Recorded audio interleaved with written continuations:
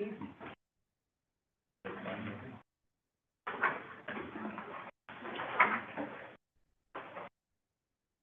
All right.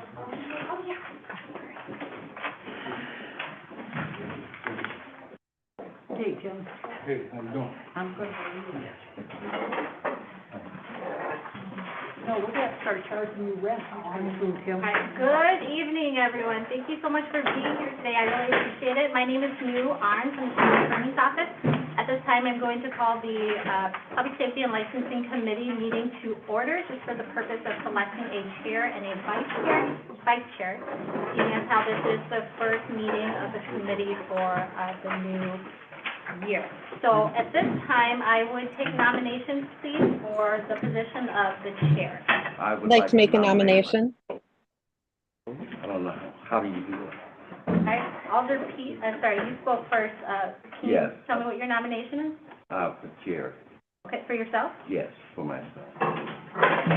One nomination. Alder Kelly, did you want to make a second nomination? Yes, please. I'm going to nominate, nominate Alder Widener for chair. Okay.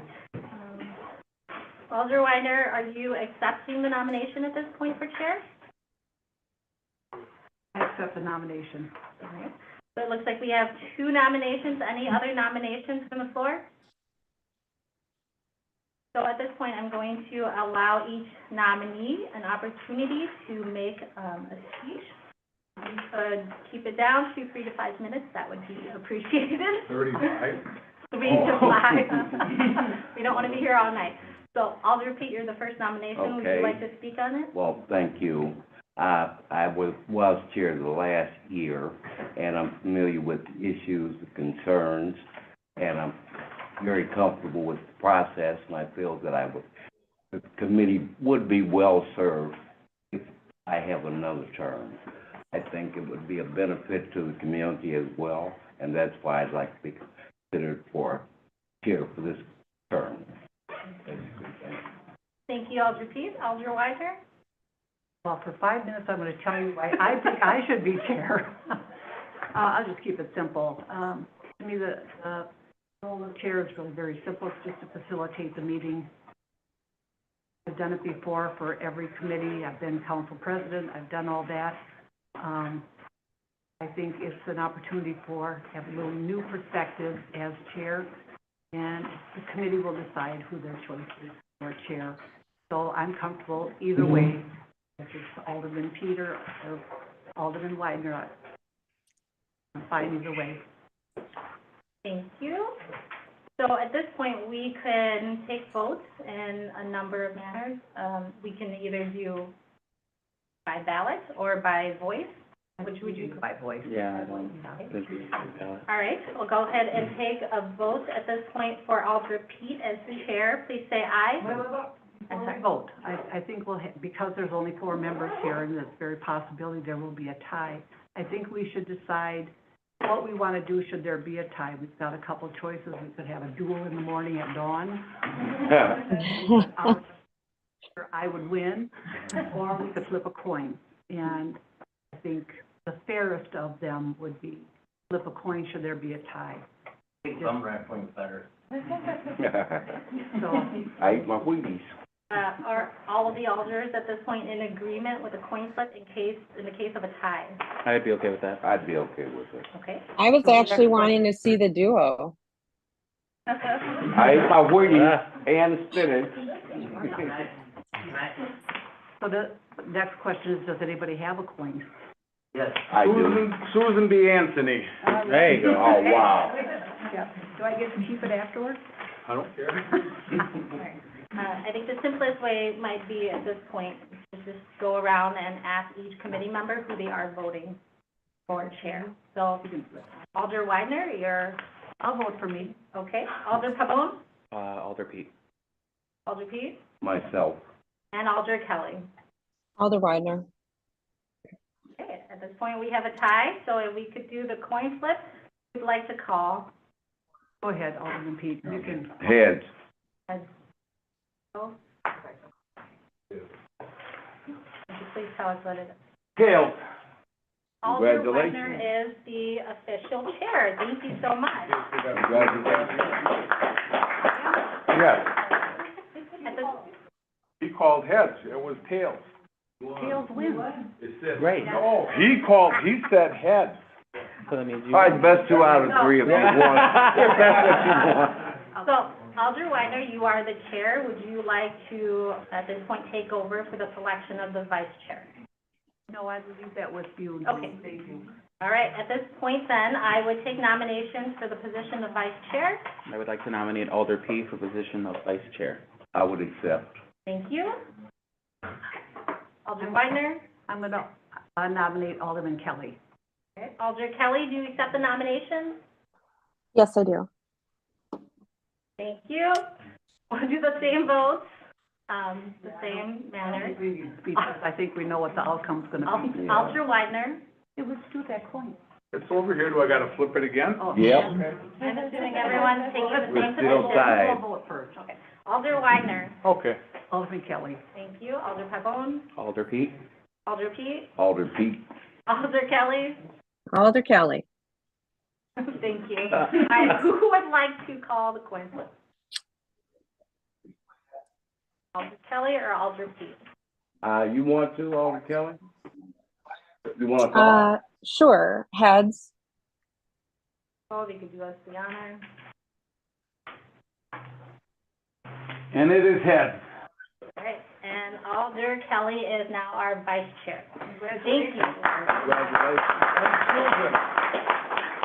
All right, and with that, I will hand you the gavel. I don't need a gavel. Alder Weidner. And the meeting is yours. You could, if you needed to, just I just wanted to pound on the table. Thank you. Thank you. All right, well, being the hour of 5:05, we will call the April 3rd, 2025 Public Safety and Licensing Committee to order. First, we will have a roll call. Alder Weidner. Present. Alder Kelly. Present. Alder Fraser. Alder Pavon. Present. Alder Pete. Present. Thank you. Next item on the agenda is the approval of the minutes from the April 9th, 2025 meeting. Move to Motion to approve. approve. Second. We have two motions to approve and a second. Ooh. Any discussion on the motion? Any corrections, additions? All in favor of approval of minutes, say aye. Aye. Aye. Opposed? I have it. So I will leave the next item to our clerk to read off that item. First item is 0388-25, communication sponsored by Alder Kelly to have the Health Department give a presentation of the following Community Health Improvement Plan and Community Health Assessment for the current year, fiscal note NA. Okay. Alderman Kelly?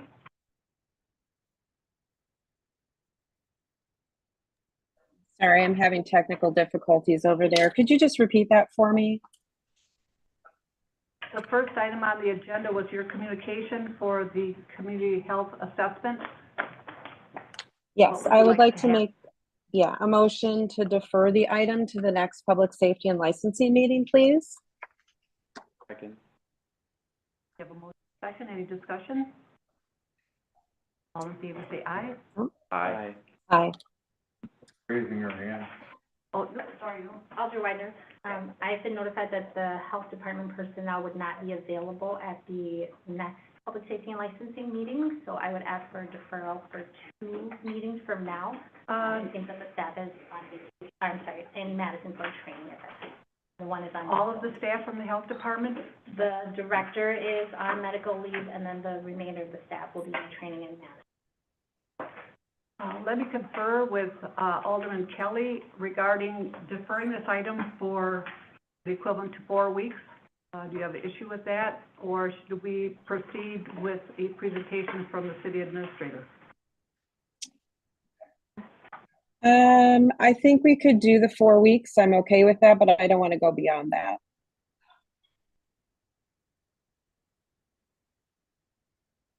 So are you motioning to defer for 4 weeks?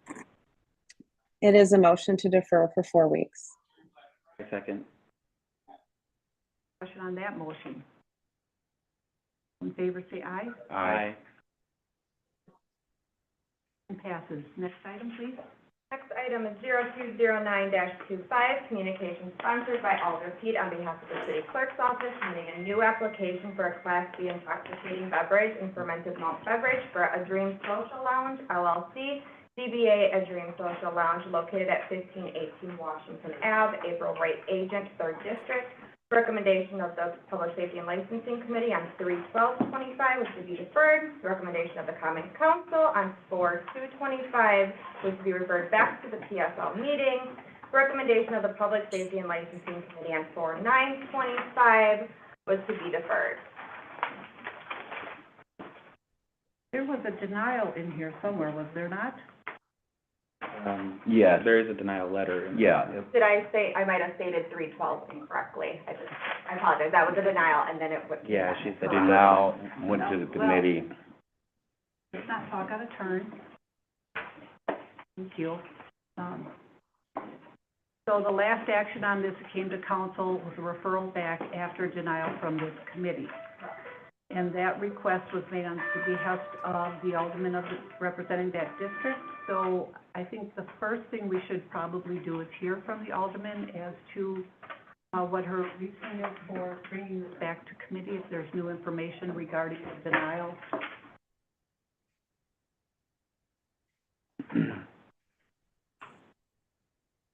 You can sit if you like, or you can stand.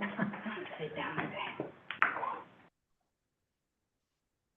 So, the request to come back to committee was to allow opportunity for the Uptown bid and the agent who's applying to have an opportunity to sit down to discuss what A Dream's plans are and what, concerns, Uptown bid may have, or if there was any other ways that they can speak about maybe supporting, or just for our conversation to have. During this whole process thus far, there had not been a conversation, a robust conversation between those two parties.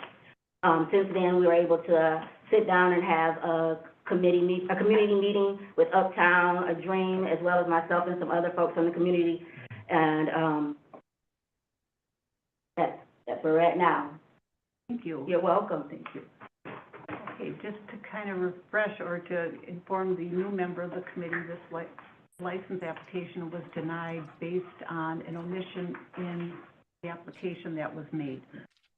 So really the discussion should take place tonight around any new information regarding the omission on the application. So I don't know if there's anyone that wants to speak to the omission of the information on the application, but that would really be what the discussion would be about. Please, we have. I see that. Sorry. Yep, Huh? go ahead, Amber. I was gonna say, we do have quite a few people signed up as well as the agent. Would you like me to start calling anyone out for you, or how would it work that? Well, before we call people up to speak, I'd like to hear any remarks from the committee members. If there's any remarks first. Did anyone have anything they'd like to add? Not at this time for me. Not, then we can call people up in the order that they have signed up. Okay, will do. First person that has signed up is Tim Herman.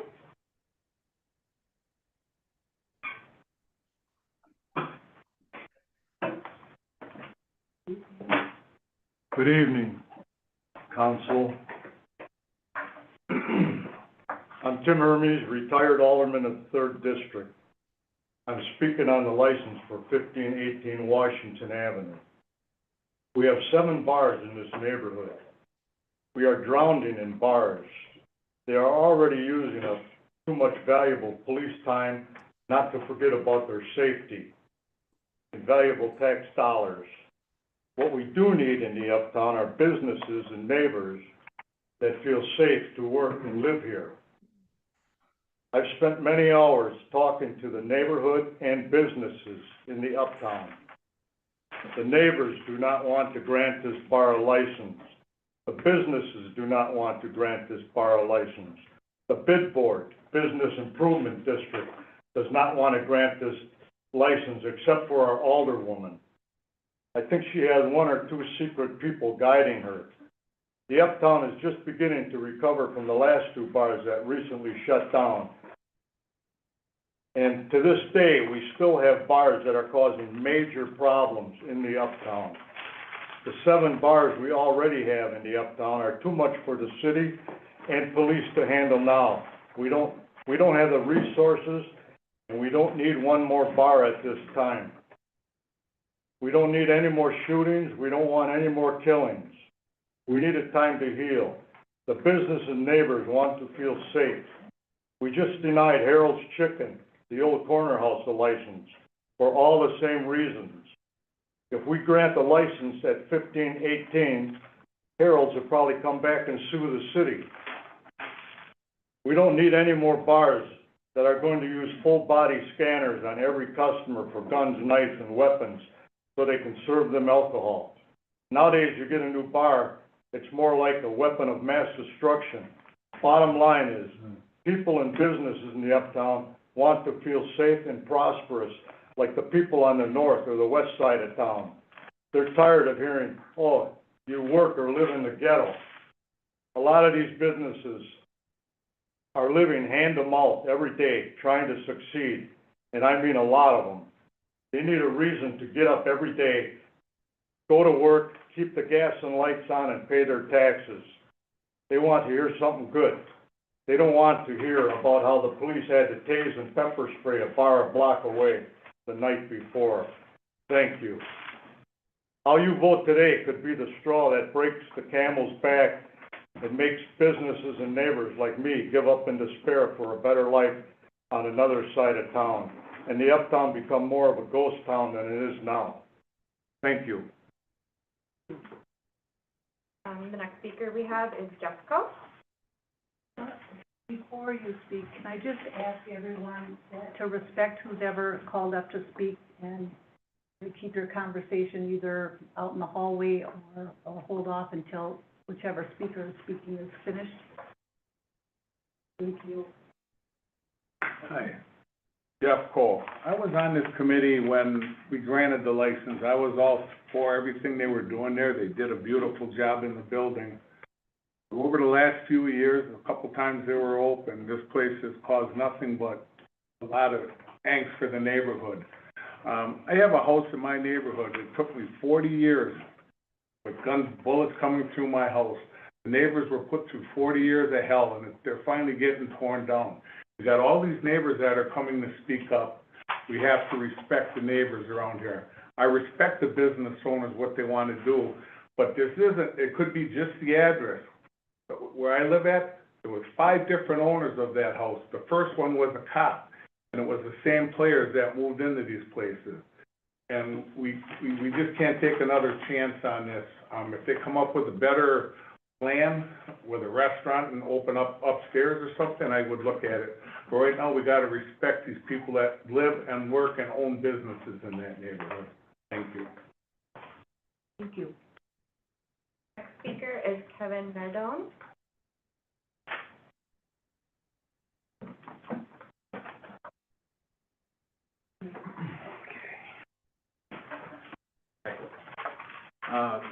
So I have written down here. My family and I have had multiple threats to our safety during the last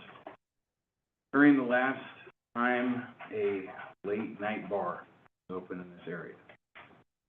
One instance, we had 4 belligerently drunk individuals arguing on our porch. At 1:30 a.m., when politely asked to get off our steps, they became confrontational and threatening.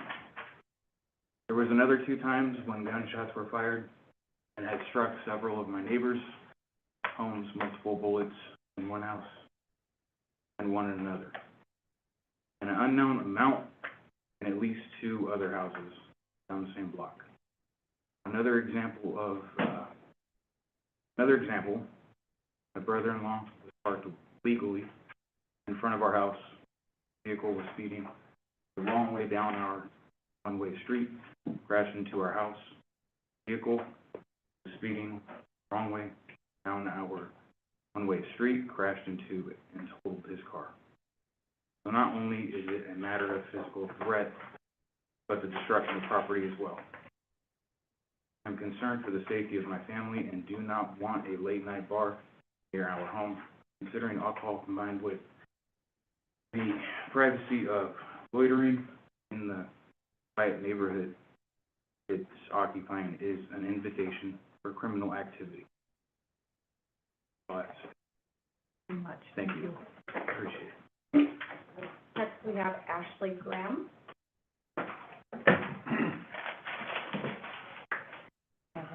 Good evening.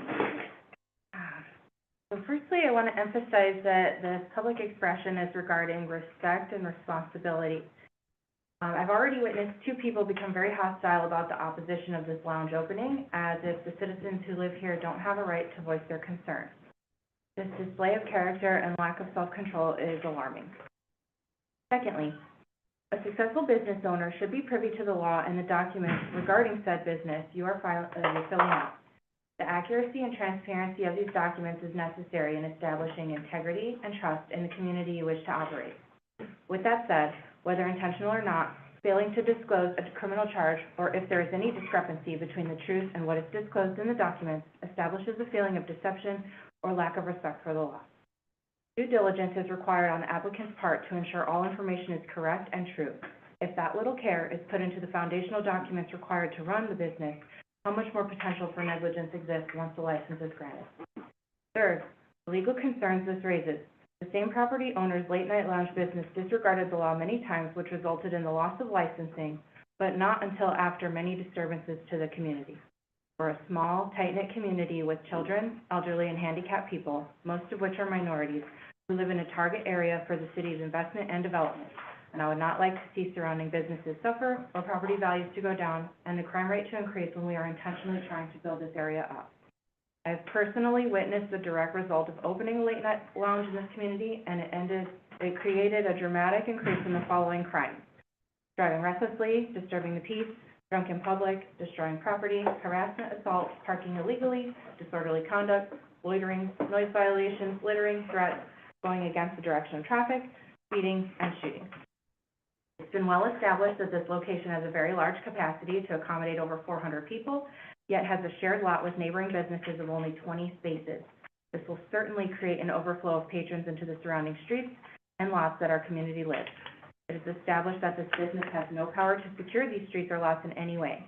This liability falls on the city and the local police, and it is unfair to exhaust our law enforcement for these events. The license applicant stated the goal is to cater to upscale citizens in the meeting that we had regarding the bid. But I don't know of any upscale citizens that plan to be out until 2 a.m. It is unreasonable to make this neighborhood vulnerable if the goal is truly to create a classy business space for events. We would like to see the business's success, but not at the cost of the security of its citizens.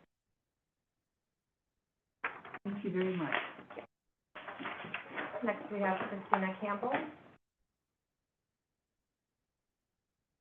Good evening. Covered so much, I don't know if I need to cover much anymore, but my name is Christina. I'm the owner of the branch at 1501 and the bid chairperson. I think it's important to note that although we had a positive meeting with April last week, and our alder is still in support of this, the other 6 board members remain opposed to 1518 receiving a license. We feel as a business district and a neighborhood and a community, it is not the right time for another liquor license to be added to our neighborhood. Looking forward, we want to see a better balance of retail, service, and restaurants come to Uptown before adding more liquor establishments.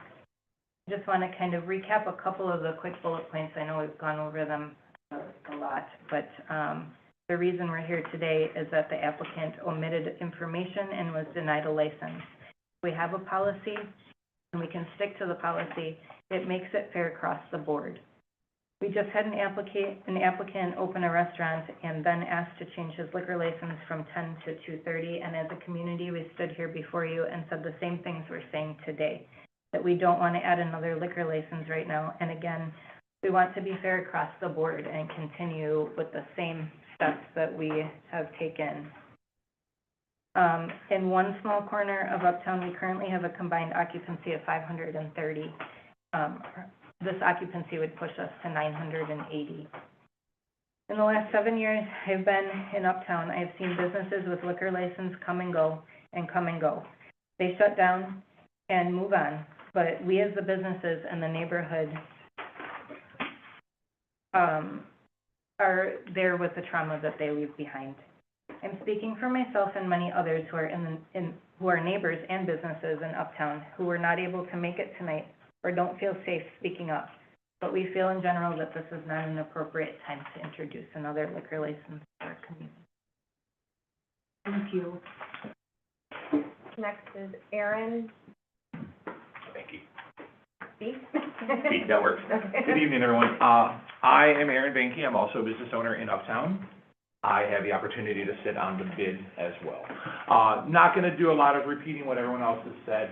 Want to mention a couple things. I think this idea is lacking a few things. It's lacking the infrastructure from the city to support another liquor license. We're currently struggling. I believe at the initial meeting, we addressed some of the concerns regarding this particular establishment. Later on in that same meeting, larger concerns were addressed. It is not a personal issue at all. So I think we're lacking the support for something like this to happen as far as police responding, things of that nature. Additionally, we're lacking support from the community, the neighbors, the residents, the other business owners.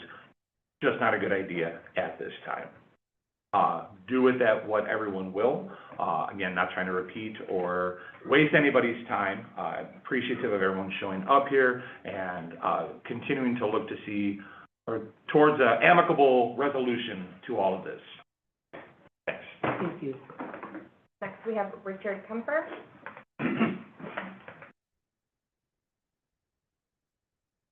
And Dr. Kemper?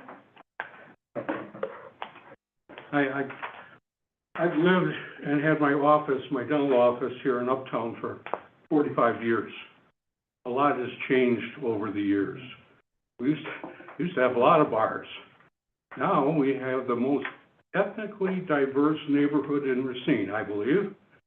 Right in my block, we have an Indian, a Chinese, and a Venezuelan restaurant. Right now, in the middle of this same great improvement, in the most rundown building in Uptown, somebody wants a liquor license.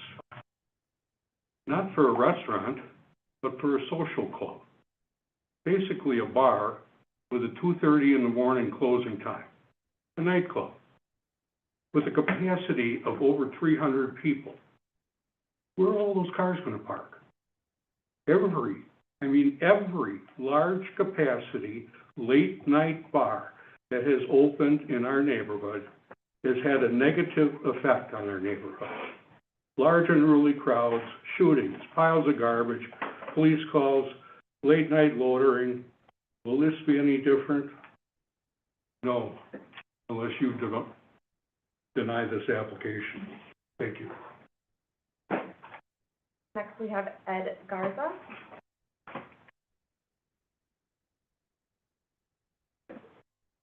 Good evening, everybody. My name is Ed Garza, and I live in the Uptown area. I lived there for about 17 years. I faced the parking lots of the city parking lot.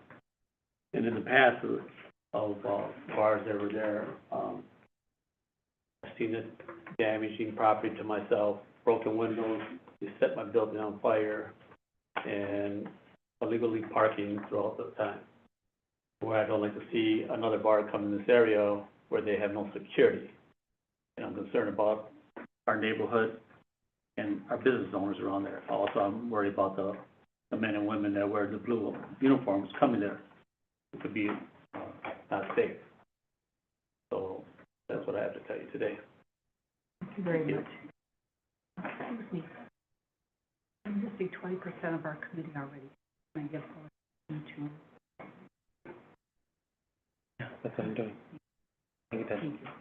Next, we have Oscar Solis.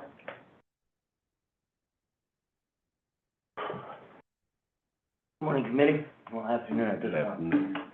I had a chance to discuss a few things on this with a bunch of people in the community, and I feel it heartbreaking sitting here in front of you guys today because I want everybody to have an opportunity. I want everybody to have a chance. But there's things that are lacking. and you guys haven't seen it, but I pay attention to everything. And I'm just gonna say this. One, there's an omission that she lied on the record. So we overlooked that. But then she's also saying, and so is Alder Davis, that, hey, I wanna listen to the community.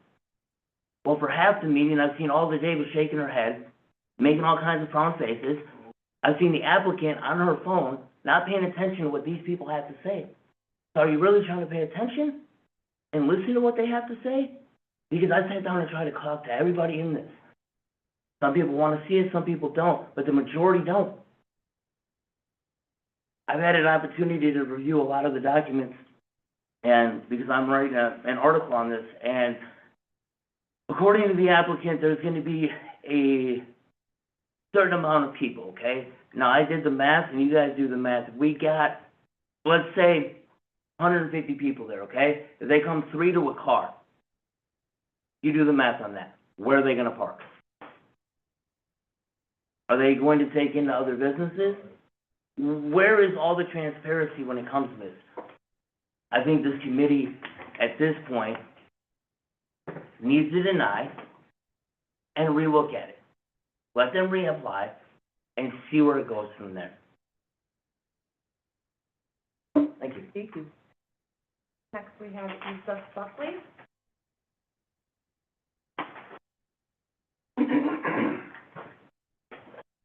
Good evening, everyone.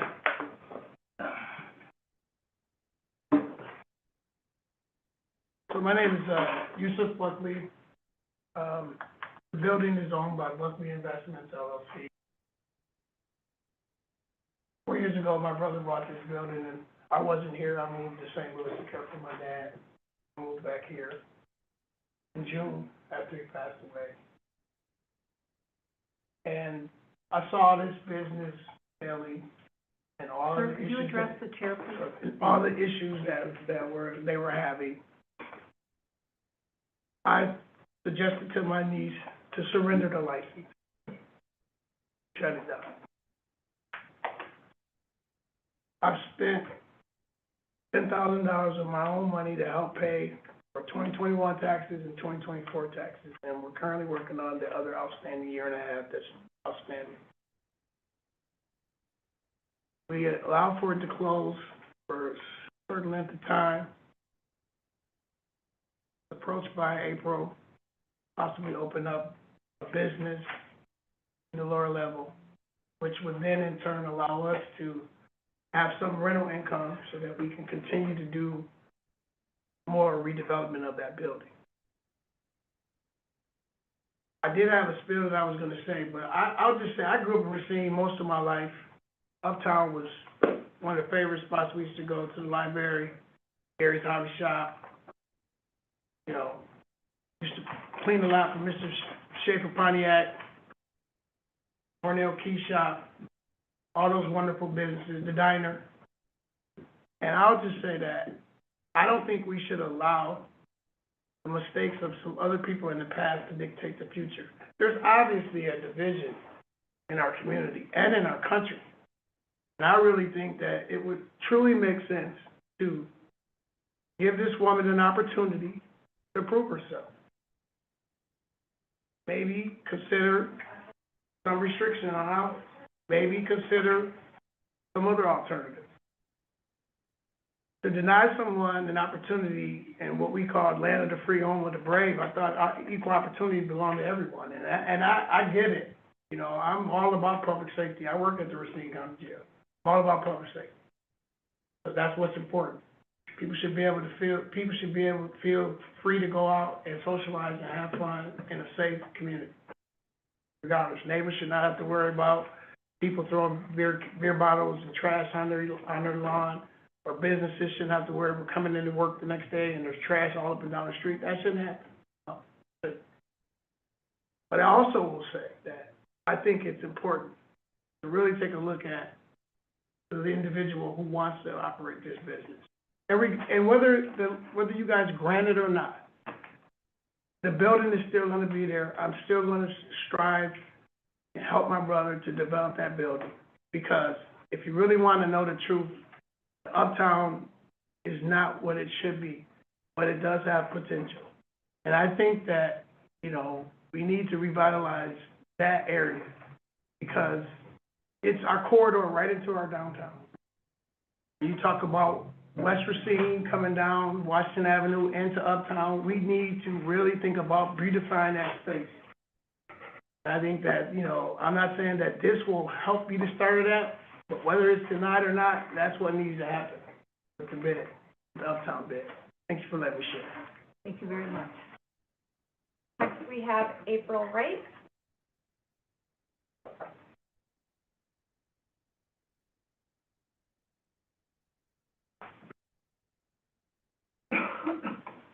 Good evening. Hi. So, I was gonna go off of what I read up, but I don't want to do that. I just want to just speak. So, for starters, for the first thing I want to address what you stated, the omission on my application. It was never a lie. It was an honest mistake, and I feel if I'm going to be held accountable for making a mistake, that's fine. It should have just been from the beginning. It was not, and the thing is this, it was an honest mistake because it was dismissed, but it was only partially dismissed. So it was literally, and at that time, I thought it was all clear. Again, that was 4 or 5 years ago. I did not remember all the details, which I addressed already. And I was told to still move forward. I was not told that, hey, you cannot get this. If that was the case, I wouldn't have kept coming back over wasting their time, our time. If that was the reason from the beginning and it was just flat out, hey, you made a mistake on your application, you can't move forward, I would have literally bowed out, hey, but that was not why I was denied. And we all know that. That didn't come up until the end. And even on the denial letter I received, that was the fourth thing on there at the very bottom, when on the top there was other things that I've already addressed as well, which is public safety, which was the parking, and I was told to move forward, which I've done. I've came to every meeting. I've addressed everything that was asked of me. So it was never, but I get a mistake was made. Okay, we are not supposed to make mistakes, and if that was just that, I would have walked away, and I would have been okay, but I was told different things, and I was denied for different reasons. At the beginning, my first meeting, only one person denied me for that, which made it, to go to the next thing. So it was things like the public safety, which I've already addressed, and everyone's saying like they have children at home. I have children at home as well.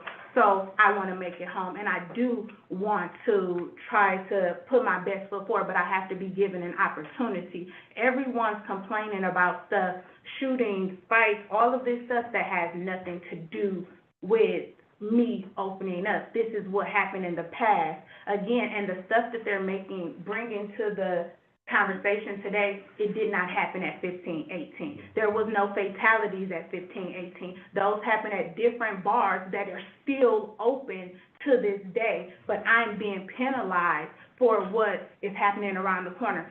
Some people who have spoke does not live, or businesses is not even right next to 1518, because the business that is next to 1518 is the Chinese shop, and they are very sweet. They have no problem. So what I'm saying is people are coming up here and everyone's speaking on how it's affecting them, but no one's thinking of how this is affecting me. If they're saying they want to give the opportunity, and I've had several people who spoke, said, it's not personal, it's not about you, it's the bar. I want to do what's best for you. I don't want you to invest all of this money. People are saying different things, and then they come up here and it's one thing. So my whole point that I'm saying today, as far as public safety, I have addressed that. I've sent out letters to you guys all, and I've also been in contact to get additional security guards. Again, I can't do things until it's there. Then I heard, oh, I don't want to have a metal detector. So you want me to secure the place, but you don't want me to add security, different security measures. It's like it's a win-lose situation. I've told we don't want to have a security thing where we're going through metal detectors and so forth being checked. What do you want me to do? You want me to add security, or you don't want security? So then I have connections. Okay, speak to the police. I told them the business plan. they're on board or whatever, you know, with the measure. So now they're saying, we don't want the police involved. What do you want us to do? I've addressed the parking. There is several public nearby parking areas, public street parking. I will encourage rideshare, but then that's another thing. It's like nothing I say or nothing we do is ever going to appease everyone. All I'm asking for is an opportunity. I cannot go and tell you what I can change from what someone else did, but I can tell you what I'm able to do. And I've already addressed that several times. I will make sure security measures are in place. I will put different things in place for parking, and I will, again, my lounge will be just that. And I'm asking, again, if you guys have something that you want to put in place for restrictions as far as like the late hours, hey, maybe try 12, whatever. I'm open for suggestions, but just to flat out deny it is not fair because no one's given me an opportunity to show what I'm able to do. Everyone is going off of what everyone else has done in bars around the corner that are actually still up and running. Thank you very much. The final person we have that signed up is Keith Fair.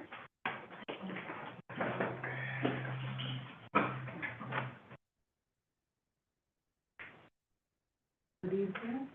Good evening. My name is Keith Fair, former alderman of the First District, and tentatively have a business in the Uptown area, Fair Exchange Consulting Group, in which we have been working on different things that we've heard this committee talk about in as far as safety and different things for these different businesses that are there. I would like to, when we talk about race, everybody seems to get on guard. But if you peel the onion back, you'll see it for what it is. Peel it back, unfortunately, all of this sensationalism.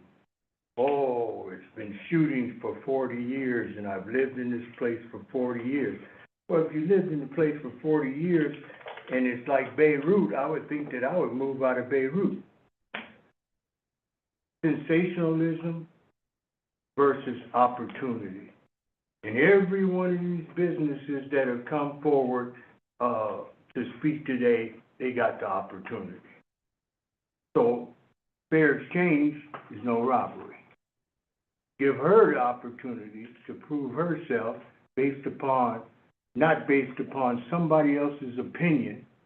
They don't really know the situation, can't forecast the future.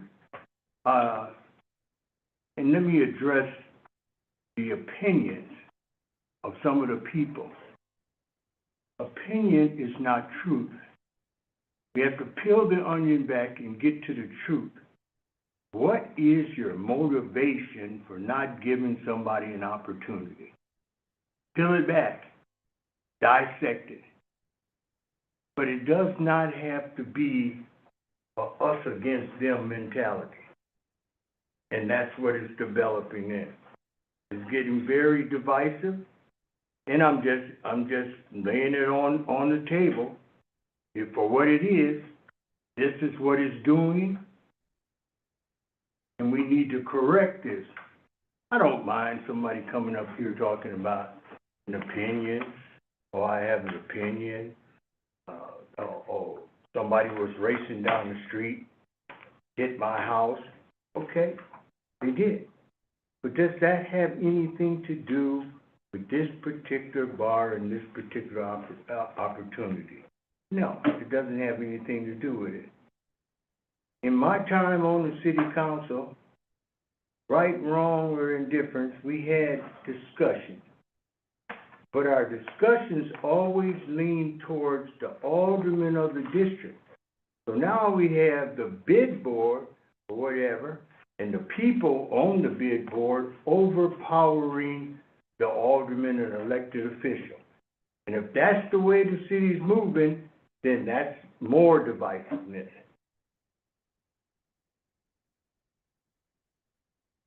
It is very personal.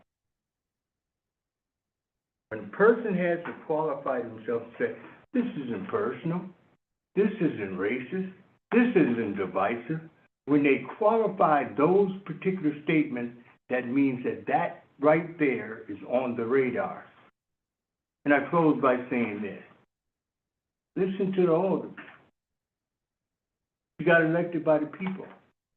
But we got 10, 15 people and stuff that have gathered together and stuff to say, deny this woman a license? No. What about the other 300 people that cast votes? Where are they? So I'm just asking this committee, you know, don't necessarily listen to what Keith Fair has to say. Listen to what the alderman of the district has to say. Once we start disrespecting the alderman of the district and stuff that should have a hands-on approach and does have a hands-on approach, there lies the divisiveness. Thank you very much. Thank you. Any other speakers? No other alders? The alderman has to come back.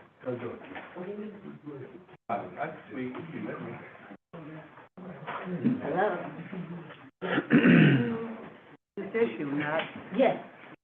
It's all to it. It all comes together. It comes to about a dream lounge. It actually comes about 15, 18. It comes about taverns and lounges in the city of Racine. If we're gonna discuss public safety about people having liquor license, we should just say no more liquor license in the city of Racine, because folks are gonna be drunk, there's gonna be reckless driving, there's gonna be unruly, there's gonna be loitering. If that's because of a liquor license, we should just cancel all liquor license throughout the city and have everybody stay at home and drink. Does that correct the problem? No, it does not. It's a public safety issue. So it comes into where law enforcement has to go into doing more of enforcing what's wrong and stop being lax. Yes, I said that. I did, because if we keep going on what happened in the past and not giving folks a chance to go, how do we know what may positively may happen in the future if we keep digging our heels into the negative part? When I met with the Uptown bid, I said, when we speak, think about if this is the property owner's issue, concern, if this is the leasing, the business owner that can address this stuff you're talking about, is this the neighborhood that can address this, or can the city address this?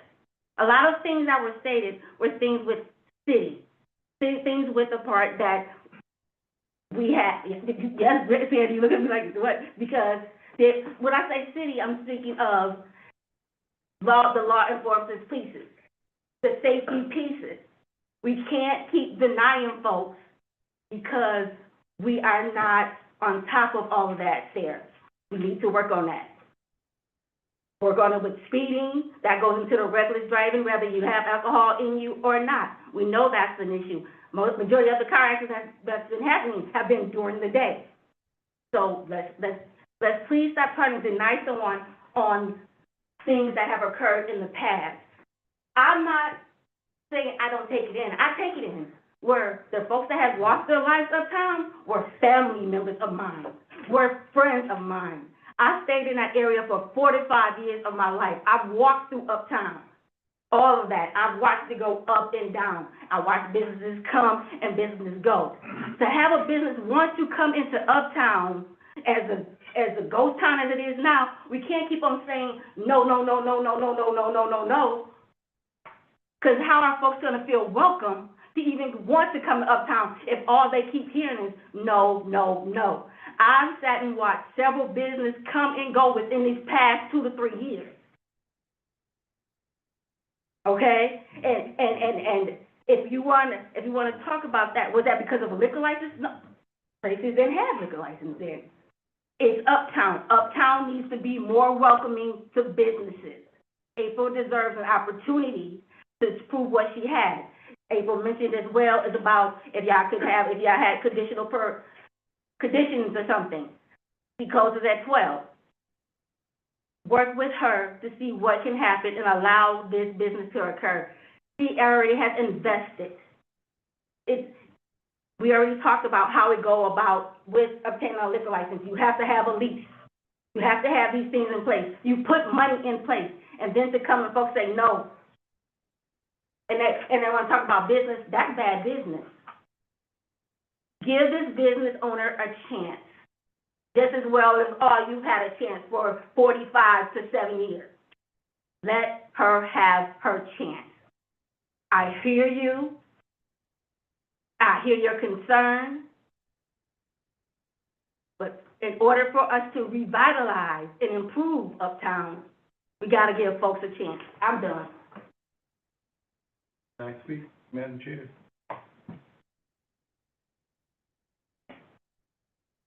We'll add you to the list, Mike. Thank you. Please have you state your name for the Michael D. Shields, Thank you. and if you want some titles, I can give you some titles. Ooh. You know, I was alderman in this particular district for over 25 years. I served on the bid board. Please speak to the chair. Madam Chair, I served on the bid board and went through the process, so I know what goes on in the Uptown District. And, you know, we gotta be fair about things. And I'm with a group called Coming Together to Deal with Systemic Racism, and I'm not calling anyone racist, but when it hits you, you gotta understand that maybe you need to look at yourself and see why you feel that way about racism. And the late Congressman John Lewis said, if you see something wrong, speak up and do something about it. And that's why I chose to speak up now, because something is wrong with this picture. You know, we talking about a business that ex-business that I'm not going to defend that business, because if they was wrong, they was wrong. We talking about a new business with a new attitude, and we need to give a new business chance. All the time I served in this district, I gave everybody an equal chance.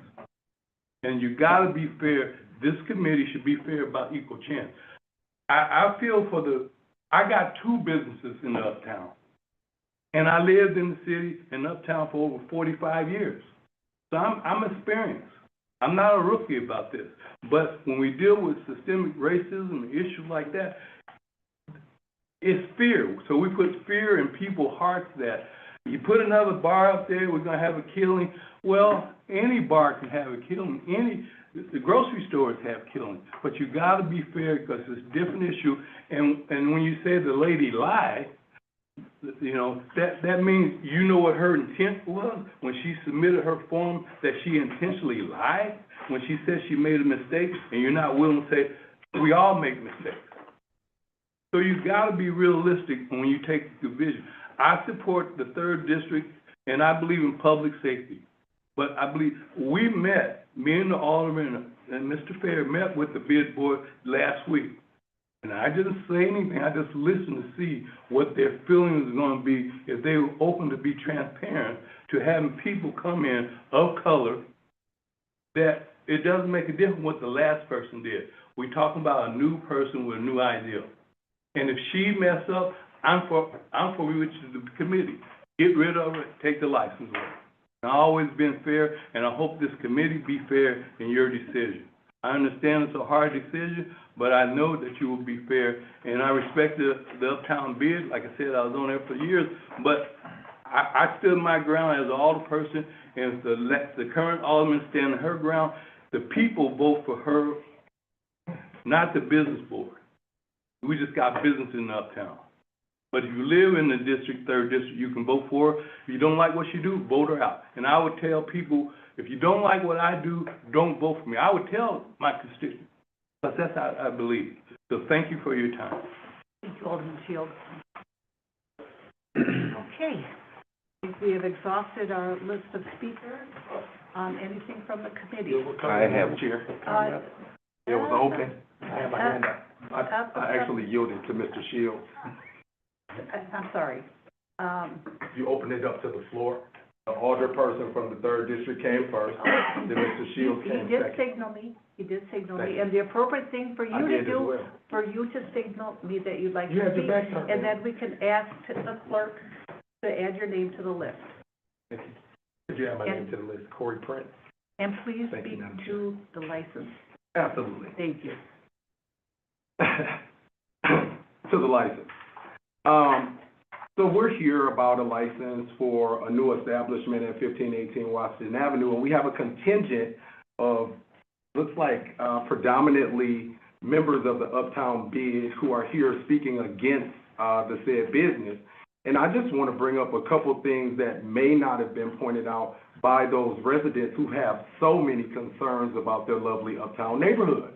The president of the bid district is actually an owner of a business in Uptown, an owner of a business that was involved in a violent incident at this establishment that sells liquor. That has not been mentioned by any of the residents that have come up here and complained about people walking on their Actually, stairs. you had mentioned it the last And time I'm you speaking spoke. about, and so has a lot of people Yeah, you mentioned spoke everything. about that Thank you, incident ma'am. before, and you're gonna speak tonight to this And particular I am. license. And I am. And so we heard people come up here and speak about people walking up on their stairs, excuse me, drunk and knocking on the door. We heard people speaking about incidents that had nothing to do with this establishment, this business owner, or this bar. But they were permitted to say those things. And yet no one mentions that the president of the Uptown Bid, who owns a business, had an incident where people were robbed and shot. These are facts that were omitted from this record. So I'm here today. No, they're in the record. Well, I'm From here the to, last time I'm that you here, spoke on sure, this. ma'am, and I'm here today to speak again, okay? We speak And I to was, the and every, license and that I you- that am, we are discussing. and I am, and I'm speaking to the full breadth of the licensing issue, just as And all I- of the I- other sir, and speakers I'd here also have ask today. you- I'd also ask you Sure, to ma'am. tone down your tone. My tone isn't, Because- no, you're because- over-talking and me. let me tell you So I'm why. just trying to Let me over-talk tell you. you- You're interrupting. Let me tell you You why. I'd didn't like you to interrupt tone anyone down. else. No one else Because got interrupted.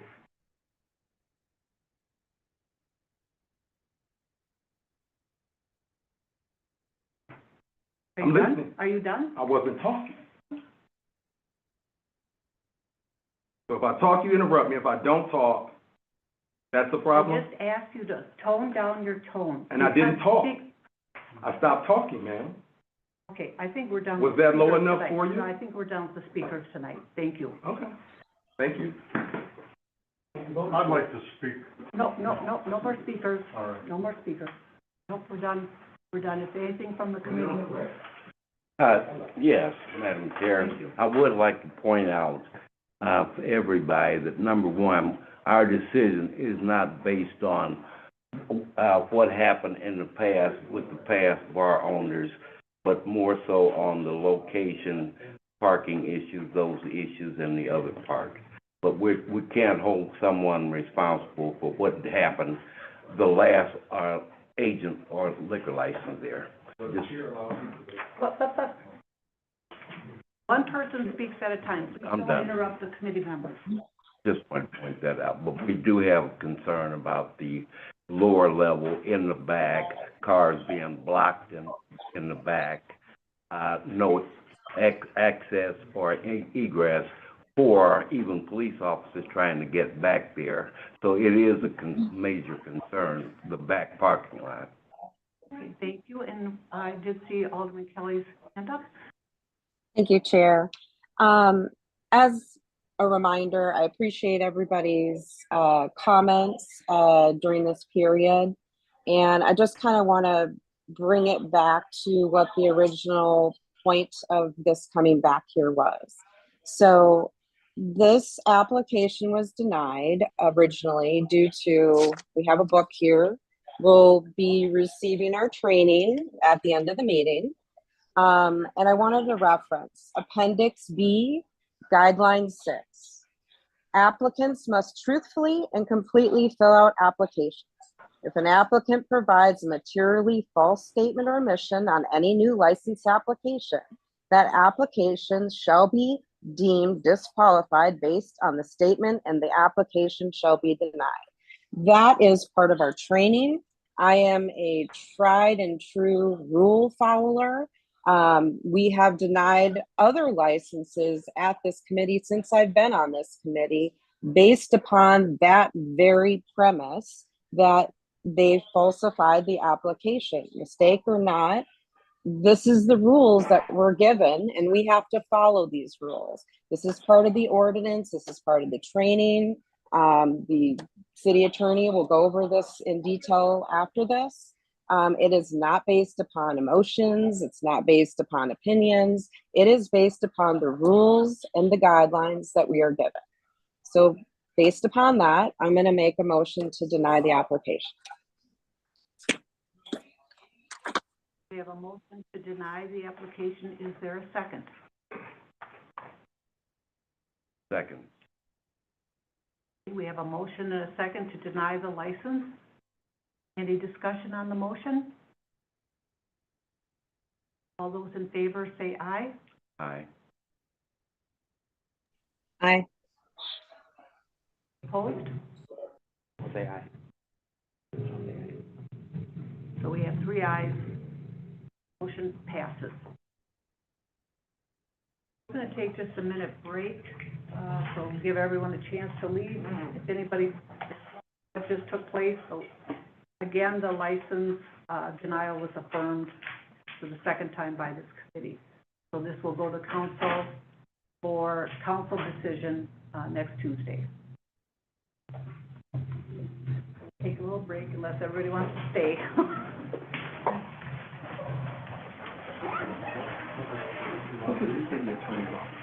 I don't. But what I was doing is, it helps me to if I'm able to. So this is all of what they were saying, you're not working on other, just your. Let me give you my card. And then I will email you the link on how to file it.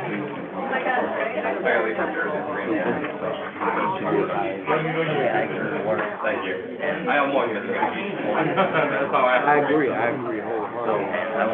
I didn't see you downtown today.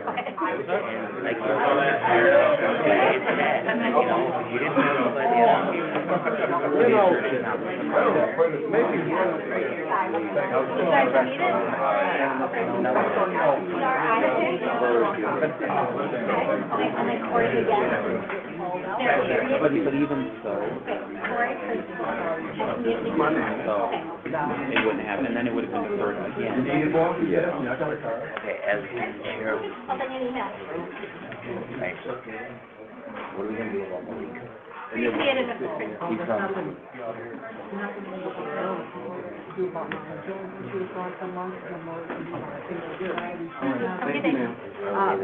The thing that bothers me is that the committee should be notified, because I almost didn't come tonight because I wanted to get my grandson's birthday, so I bought him the coolest gift. No, I get it, Now, the question is, what is, you watching? You watching? My grandson? What is? Oh, it's Hot Wheels Gorilla. I just shoot it around. Sorry you couldn't make it. Just like his dad was.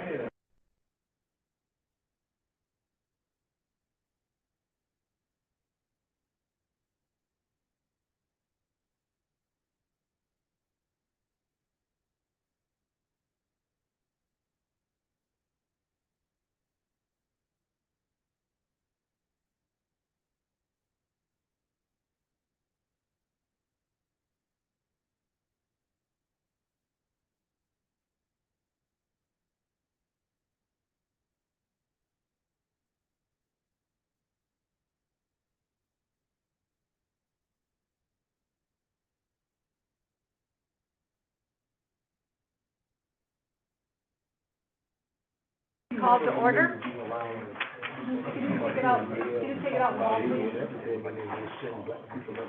Excuse me, Mr. Clinton, can you take out the hallway? The committee has reconvened. Okay, next item on the agenda from the clerk's office, please. All right, so the next item is 0349-25, communication sponsored by Alder Pete on behalf of the city clerk's office, submitting a change of ownership application for a Class B retail fermented malt beverage and intoxicating liquor license for Mahofers on Main LLC, DBA Mahofers on Main, located at 236 Main Street, Caitlin Baker, agent, First District. Staff recommendation that the PSNL committee review the application for approval or denial, fiscal note NA. Okay, any discussion on this motion? the applicant's here? The applicant is here, So- and the owner is here. And the owner is here. So I believe the clerk's office will swear you in? I believe the attorney Oh, knows the verbiage better than I do. Well, you know, we can have a duel in the morning. Up in the point. You're Ms. Won't Baker, give correct? that up, Would you raise your right hand, please? Would you swear to tell the truth, the whole truth, and nothing but the truth to help you guys? Thank you. Madam Chair? Okay, so do you want to tell the committee about, your venture? I am venturing. Okay. I'm taking a deep dive into venturing and transferring the ownership of Marcy's and then turning it into Mahafers on Main. So this item is a simple transfer of license, correct? So technically, there is no transfer of license. She is the new applicant taking over the bar, so the former applicant for Marcy's on Main has submitted a conditional surrender of the license. She is the new applicant, assuming she gets approved, she would then take that license. So are there any other steps that the committee should be aware of? So she did attend a Good Neighbors meeting. She attended that with the police department, myself, the building department, and the, health department, I believe. So if you'd like, I can do a quick summary of what we discussed at the meeting. Thank you, that'd be great. So Ms. Baker here is the agent. Ms. Brooke, Nicole Brooke, I believe she's also in here, is the owner of the business. Initially, Ms. Brooke was listed as the agent. She resides out of state, however, until she ended up listing Ms. Baker as the agent. It looks like it's a sole proprietorship, but Ms. Baker will be in charge of the premises along with Ms. Brooke. They did do the initial inspection for both the health and the building department. It looks like there are quite a few things that do have to be updated before an occupancy permit and a restaurant license can be issued, but to start operating as soon as all of those issues are fixed, hopefully within the next month or so. We also discussed their experience. So Ms. Brooke's experience is in the health industry as well as the salon industry by trade. She has no experience in the alcohol industry. Ms. Baker would be primarily in charge of the day-to-day operations. She has approximately 11 years of experience tending bar, with 5 of those in a management role. She has worked at Two Sheets in the Ring, in the Wind, Bridge Tender Tavern, Rhino Bar, and Rudy's, to name a few. So she would continue to work as a full-time office manager while she manages this bar here. I think the plan is for Ms. Brooke to move into the state of Wisconsin at some point when the business is up and running and to reside on the second floor, and at some point, I believe she would take over as the agent. At this time, it would just be the first floor bar and kitchen area and basement storage. The second floor would be for residential purposes only, which is why you have the amendment included as part of this application packet. The only other concern we discussed was the application for a cigarette and vape product.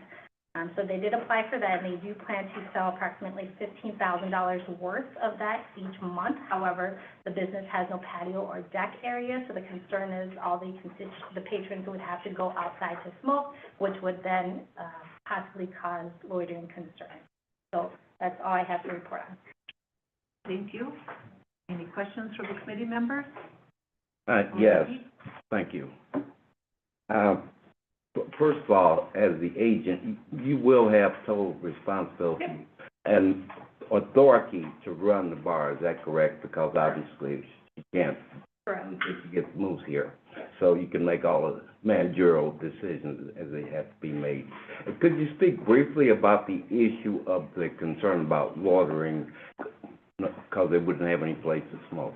I mean, as it stands right now, Marcy's still does not have a patio, so we just continue to go along the same guidelines of what she does. She has cigarette containers outside.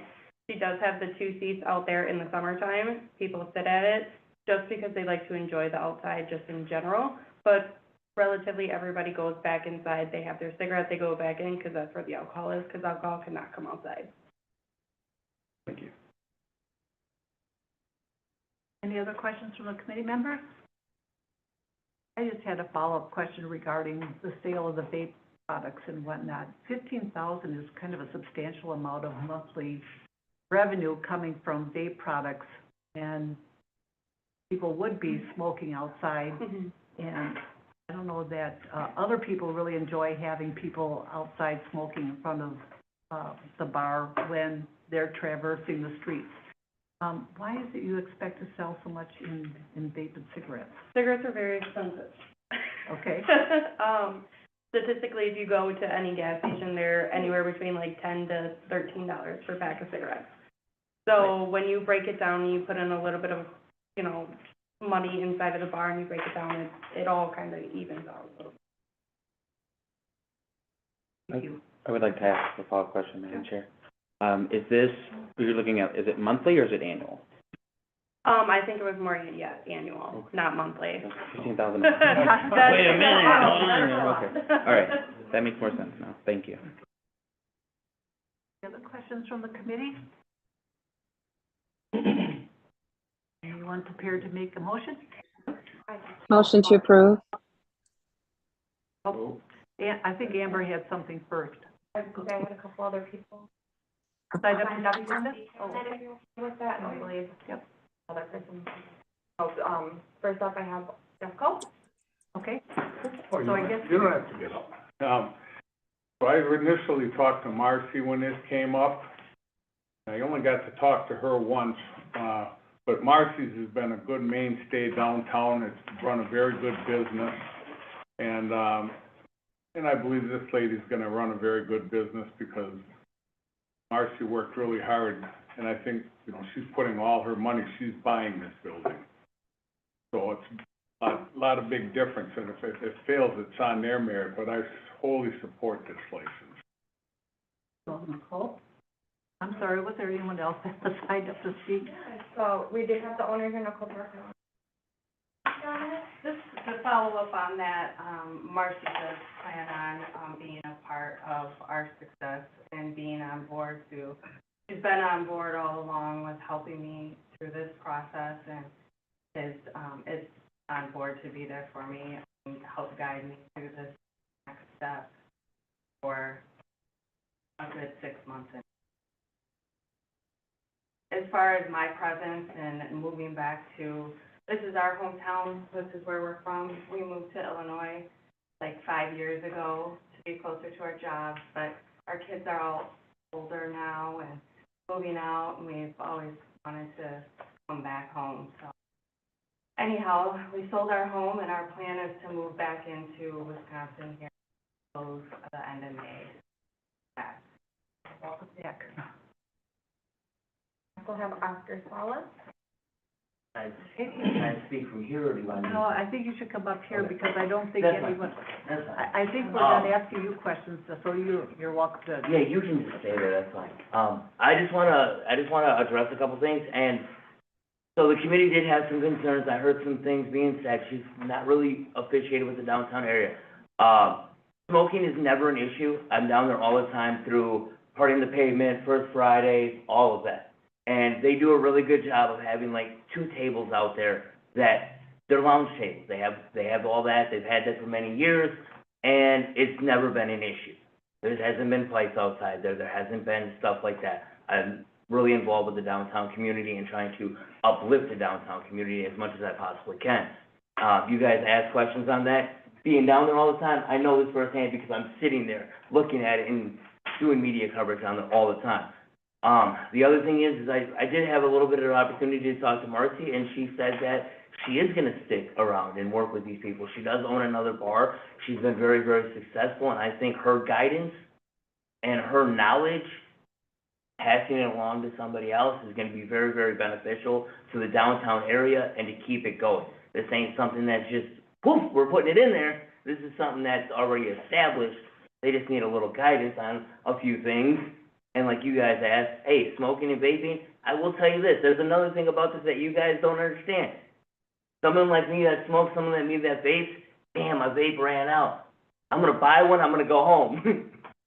Bar closed is the biggest tobacco and vape sale around. We're done with it, boom, we're grabbing one, we're out the door, we're going home, we're getting in our Uber. Safe driving. Or we need a pack of cigarettes before we go home. Boom, we're gonna buy those, we're gonna go home. So you guys think that that's a lot of money, but a lot of that is actually gonna be consumed at another place. Because it's like, hey, I ran out of pack of cigarettes, or they know that they sell them, and they might come in for one drink, grab a pack of cigarettes, and they're out. So, with that, I just wish you guys best of luck. Well, thank you for that, and my apologies for the comments about the smoking. I turned into one of those former smokers, so my apologies. And then one more speaker, so Okay. raise your hand behind you. Okay? State your name, Alderman please. Allen. Okay, Alderman Allen, would you like to come up and speak? Yes. Okay. Okay, thank you, and hello, everyone. Hello? So, as excited as I am that we have businesses in the downtown area, I'm going to state objections, and my objection is going to start with the smoking and encouraging people to smoke out in the environment. I'm actually completely against encouraging outdoor smoking, and this is coming from a former smoker, but that is not the reason. I've always been this way about smoking, and I used to feel that smoking not in my house, I never smoked around my kids, I never smoked in my house, I never smoked in my car. But this is an issue because we are learning that vaping is actually more dangerous than smoking.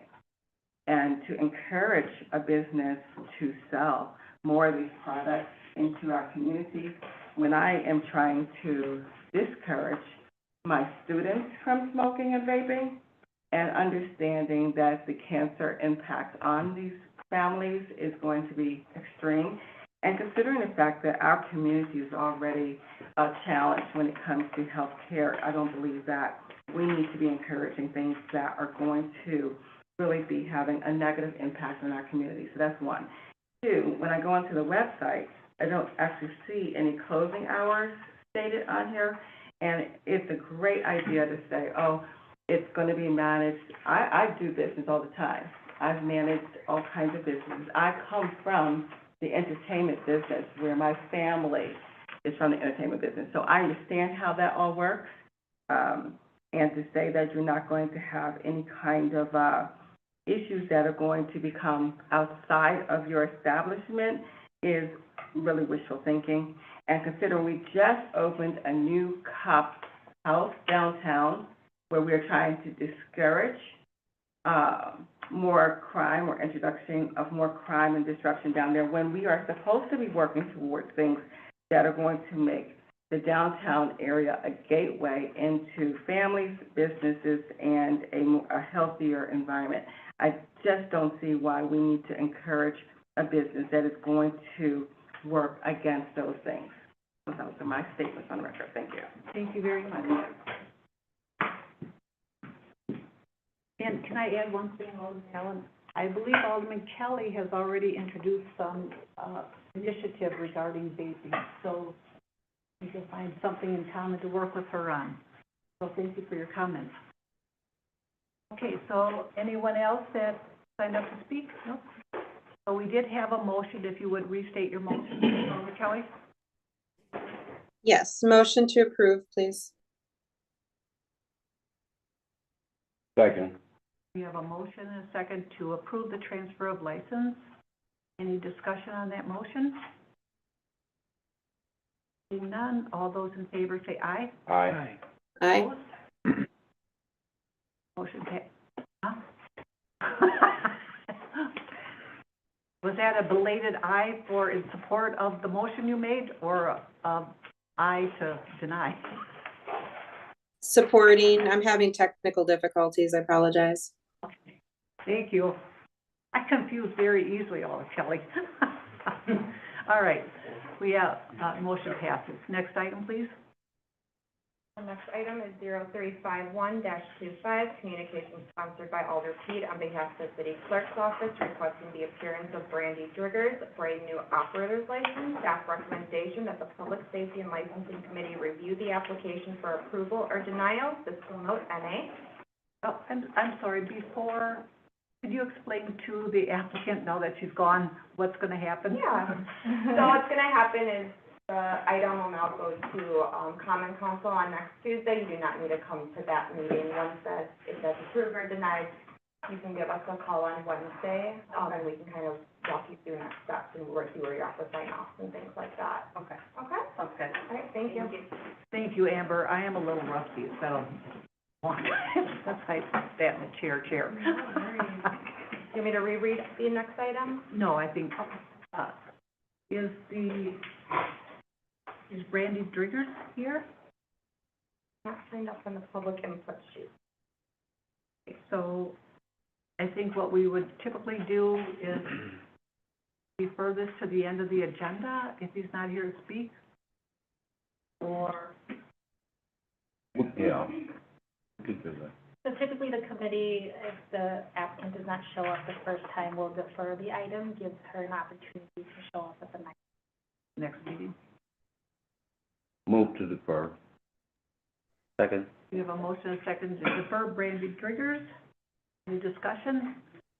All in favor, say aye. Aye. Aye. Opposed?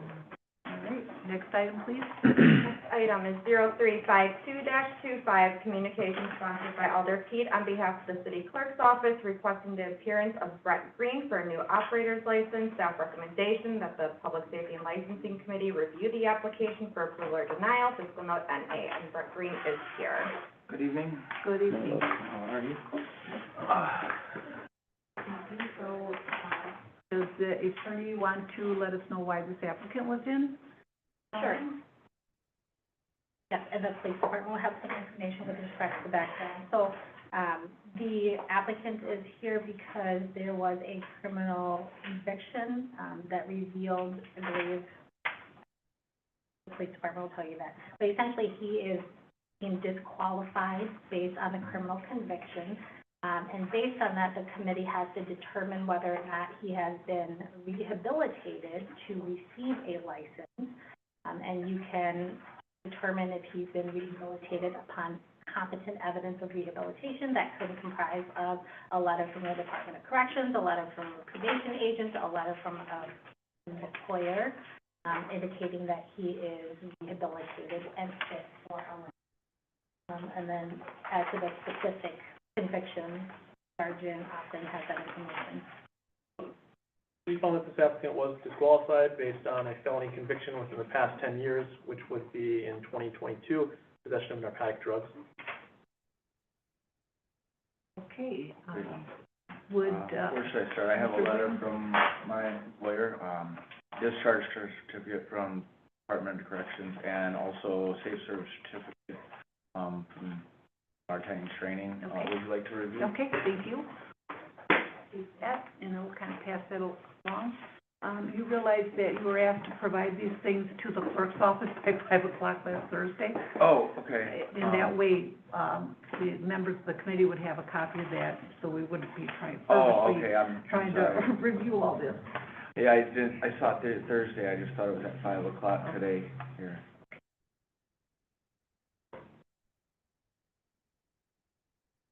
Thank you.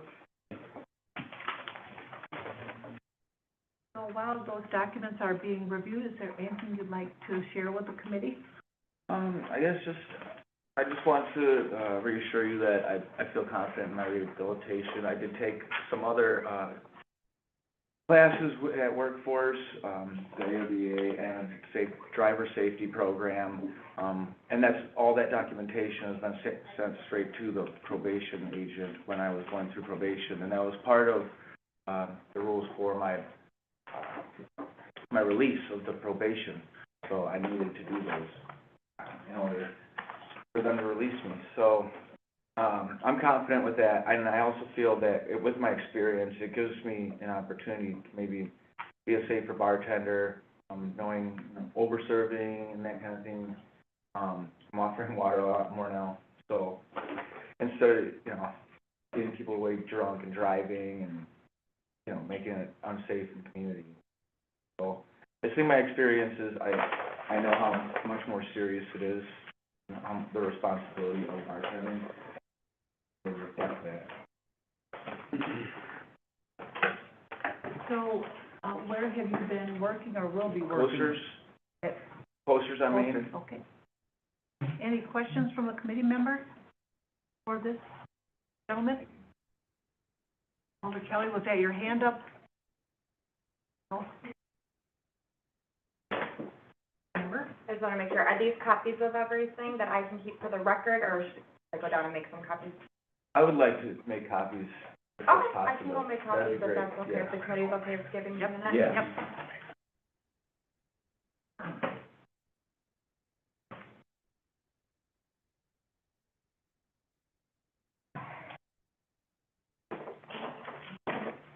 So while Amber's doing that, we can entertain a motion and any discussion on the motion if the committee prefers. Having seen the rehabilitation papers, I think, I can feel confident in making a motion to approve.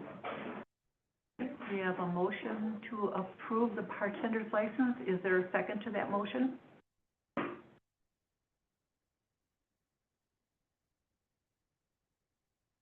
So the motion fails for lack of a second. Is there any other motion?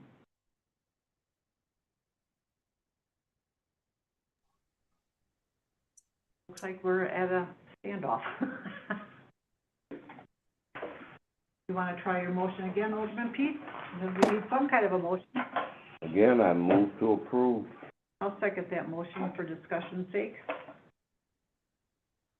So we have a motion and second on the floor to approve the license, the bartender's license for Mr. Green. Any discussion on that motion?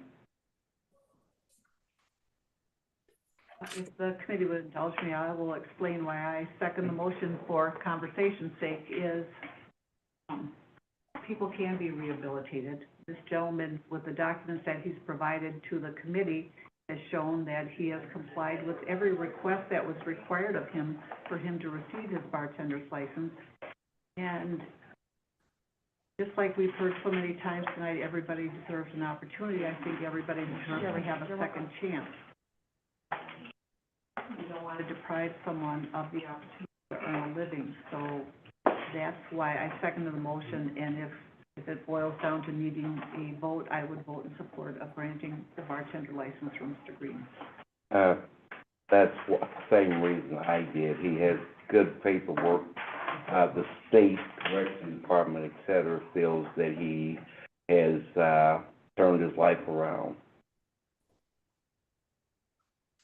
Any further discussion? Then we'll take a vote. All those in favor of the motion to grant the license, say aye. Aye. Aye. Aye. Those opposed? Motion passes. So the clerk's office will tell you what you can expect to happen. Okay, thank you. So with the operator's license, if you wanna give us a call later in the afternoon tomorrow, we can approve. Okay, perfect. Thank you so much. What would the phone number be? 262? Yeah. Is it on, well, maybe. I was gonna say 262, 636, 9171. Okay, thank you so much. You're welcome. I will talk to you tomorrow then. All right, thank you. See ya.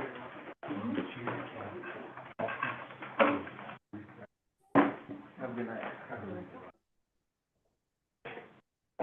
Did you do some kind of a...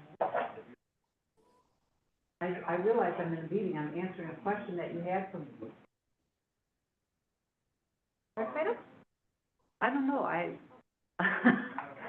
don't know, yeah, you can read the next item. Next item is 0353-25, communication sponsored by Alder Pete on behalf of the city clerk's office requesting the appearance of James Stellato for a new operator's license. Staff recommendation that the Public Safety and Licensing Committee review the application for approval or denial, fiscal note NA. The applicant is here tonight. Okay, Mr. Delati, and we were remiss in swearing in the previous applicant, so I think we'll do that with you. The city attorney's office. You swear to tell the truth, the whole truth, and nothing but the truth, so help you God? Yes. Thank you, Madam Chair. Thank you. Okay, Mr. Delati? Okay, so we want to hear from the police department regarding this applicant. During the background check that was done, this applicant was found to be disqualified based on a felony conviction within the past 10 years. That conviction occurred within 2022, which is recklessly endangering safety, reckless use of a firearm. Okay, Mr. July, do you want to explain the circumstances of the reckless use of a firearm? The circumstances being, younger, I made some bad choices. That being said, I've, did my prison time. I'm officially off probation and parole. I have brought documents proving that. And then, the place where I'm trying to work, it's a family-owned place. My mom and dad own it. Oh.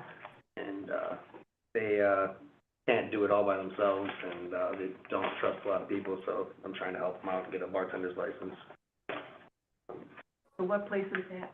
The Blue, the old Maxine's, Okay, right around the corner. okay. Now, are these copies, or do you need these back? No, these are copies. Okay, thank you. We will put, well, this looks, like it had been certified. Are you sure you don't want? Yeah, no, it's fine. I looked on the paper, it said it needed to be certified, so I went and got it notarized. Oh, went the extra mile here. So I still would feel more comfortable if the clerk's office provided copies of this and gave you back these originals, once the committee has a chance to review those. And then there's a couple of letters of recommendation, one from a bartender I worked with, and then the other one from the owner of the bar, who is also my father. Okay. Any questions for the applicant from anyone on the committee? When did that incident happen? Incident happened back in 2020, and due to COVID, it was postponed and pushed back until May of 2022, and I did over a year in prison, and I just got off probation and parole in December.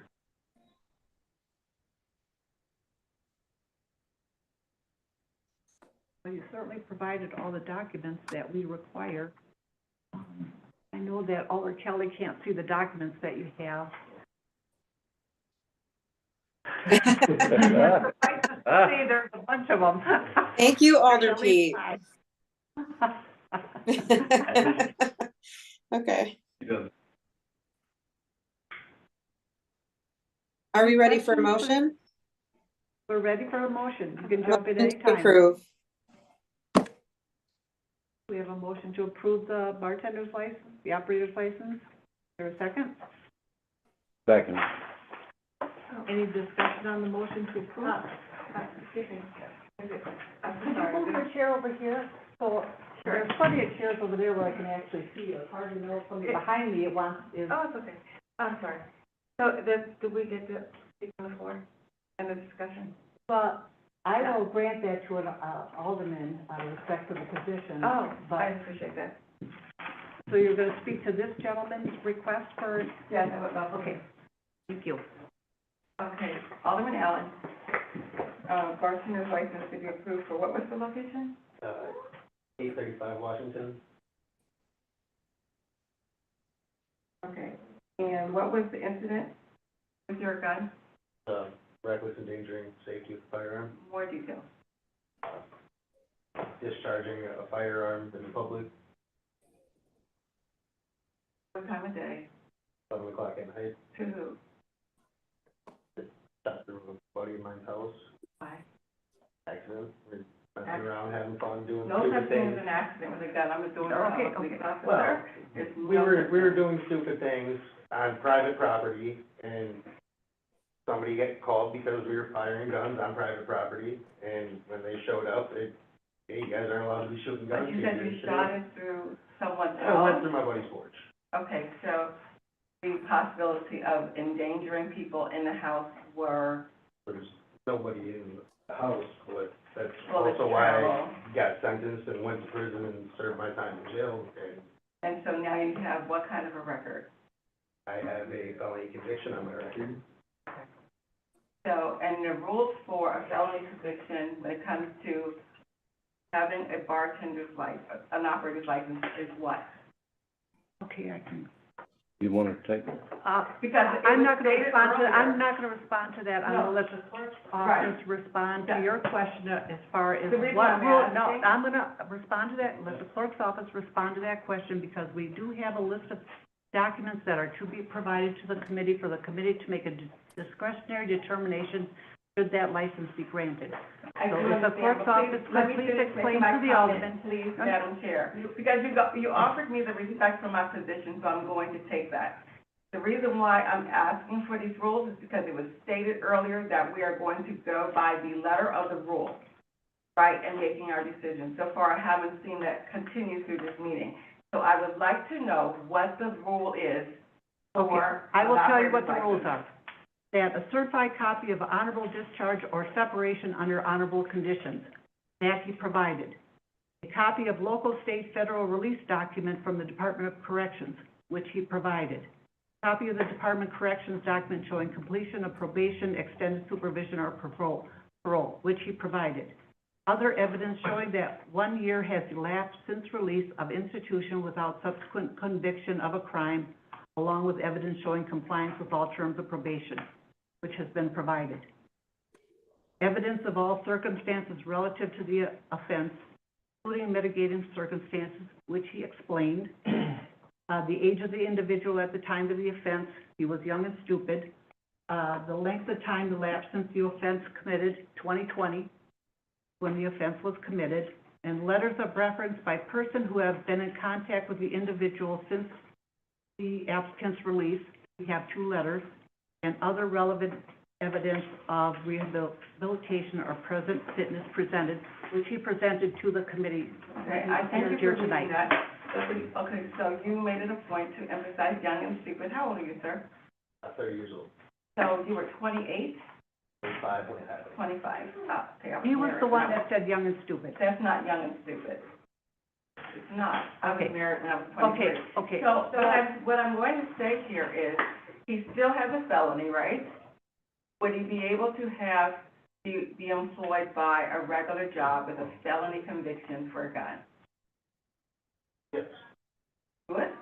A regular job? A regular job? A regular job, yeah. It would be under consideration for that business. Why Okay, would a So I'm regular just job? saying that we're So, asking. and that's, I'm gonna stop the discussion now. Now is the time for the committee to discuss. Right, but. So you're discussion- going beyond the scope of what is taking place here tonight. Am I? Yes, you I are. don't So think I so. would entertain any further discussion from committee members. Madam Chair, you said something about an honorable or dishonorable discharge? Correct. I did not see that. Do we have the documents? I can take a quick look at them again, please. And we don't need to have every one of these items, but we don't. So,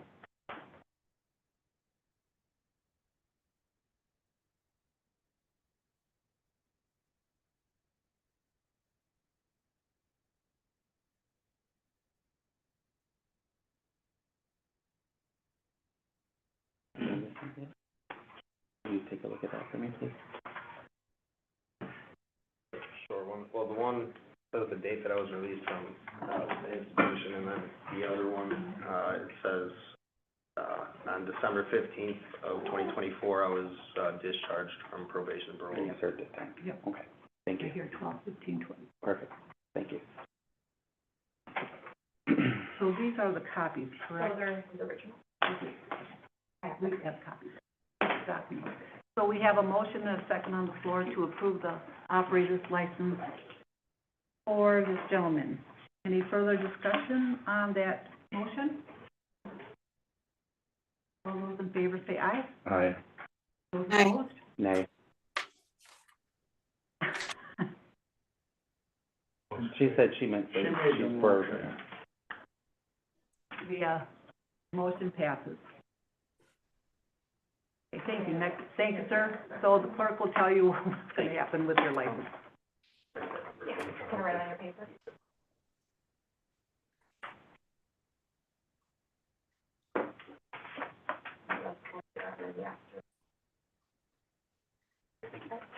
Have a great afternoon. Thank you. Good luck to you. All right, next item, 0354-25, communication sponsored by Alder Pete on behalf of the city clerk's office, requesting the appearance of Gerard Cotton for a new operator's license. Staff recommendation that the Public Safety and License Committee review the application for approval or denial. Fiscal note NA, and the applicant is here. Good evening. Thank you. guys. Good I have a evening. couple of papers as well from Council Park Director, from the person that's going to be employed by. Papers, I'll see that I'm again. sorry. And also paperwork from the Okay. person I'm going to be employed by. And this is also an OSHA certificate also. Thank you. All right, so, the police department will provide the information. Oh, you got just one and again.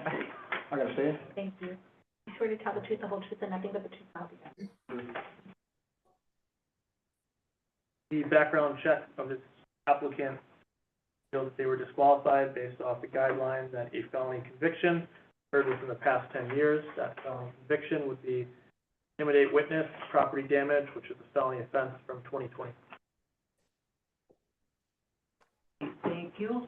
You want to tell us about the circumstances of your conviction, sir? Yes, I do, ma'am. Pretty much all those cases and situations were like 2016, 17, 18. Only got the conviction in 2020 because I was kind of scared and kind of frantic at what was going to happen and what was going to go down, so I kind of went on a run or whatever I owe. But just the convictions, I completed my CNC. I'm an assistant coach for the freshman Case Boys basketball team. I'm also a participant on his football team as well, with practices and things such as that, and helping out and chaperone at the games and everything like that. I also work at a group home, as an assisted living home right now. So, and I also help out around the house with my mom, dad, things like that. How old were you when this incident occurred? When that incident happened, I was 26, 27. How old are you now? I'm 35. And I was heavily under the influence of alcohol, and I'm like almost a year clean. Oh, congratulations. Thank you. You're to be commended for that, that's awesome. Appreciate it. So are there any questions from the committee members for Mr. Cotton? Yes, Madam Chair. What is this most recent conviction that I see on here? Burglary dwelling convicted to February of this year? This year. Am I looking at the wrong, can you confirm if I'm looking at the wrong thing? You're Gerard, right? Gerard Cotton, yes, it is. Can you see this? I'll just have. Yeah, that says February 20th. I'm looking at this. Can you tell me what page you're? Yeah, this is the part of what was submitted to the agenda. Yeah, under the application where Under the application where you disclose if you have previous crimes committed? So it looks like you I didn't hear, wrote. I'm sorry, what did you say? On your application, under where you disclose previous crimes committed, you hand wrote that, so I'm just curious as to what is it? Oh, what did you say again? I didn't hear it. Let me pull it back up for you.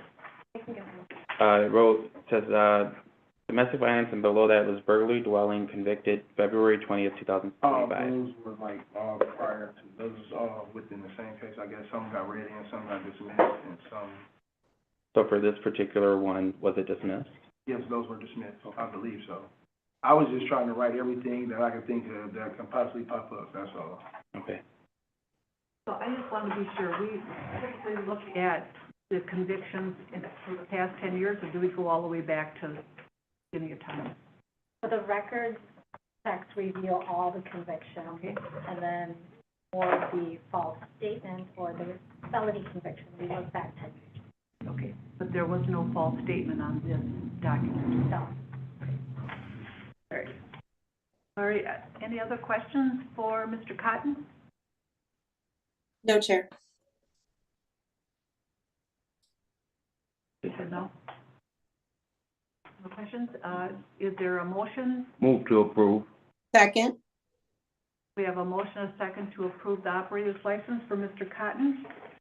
Any further discussion on that? All those in favor say aye. Aye. Aye. Opposed? Motion passes. I'm Copies, gonna, yeah, you can take copies of those. okay, the clerk will do that, and she'll also explain to you what's gonna happen regarding your license, and good luck to you, and Okay, congratulations. I appreciate you. Yeah, oh my God, you got free to cold hands. I was kinda nervous. Oh, you were nervous? Oh, not because of me, I'm sure. No, not at all, not at all. Thank you, I appreciate you guys, though. Thank you. Good luck. Thank you. Good luck. All right, well, we'll have a minute for the clerk to get back to the copies. So are you gonna see the next item?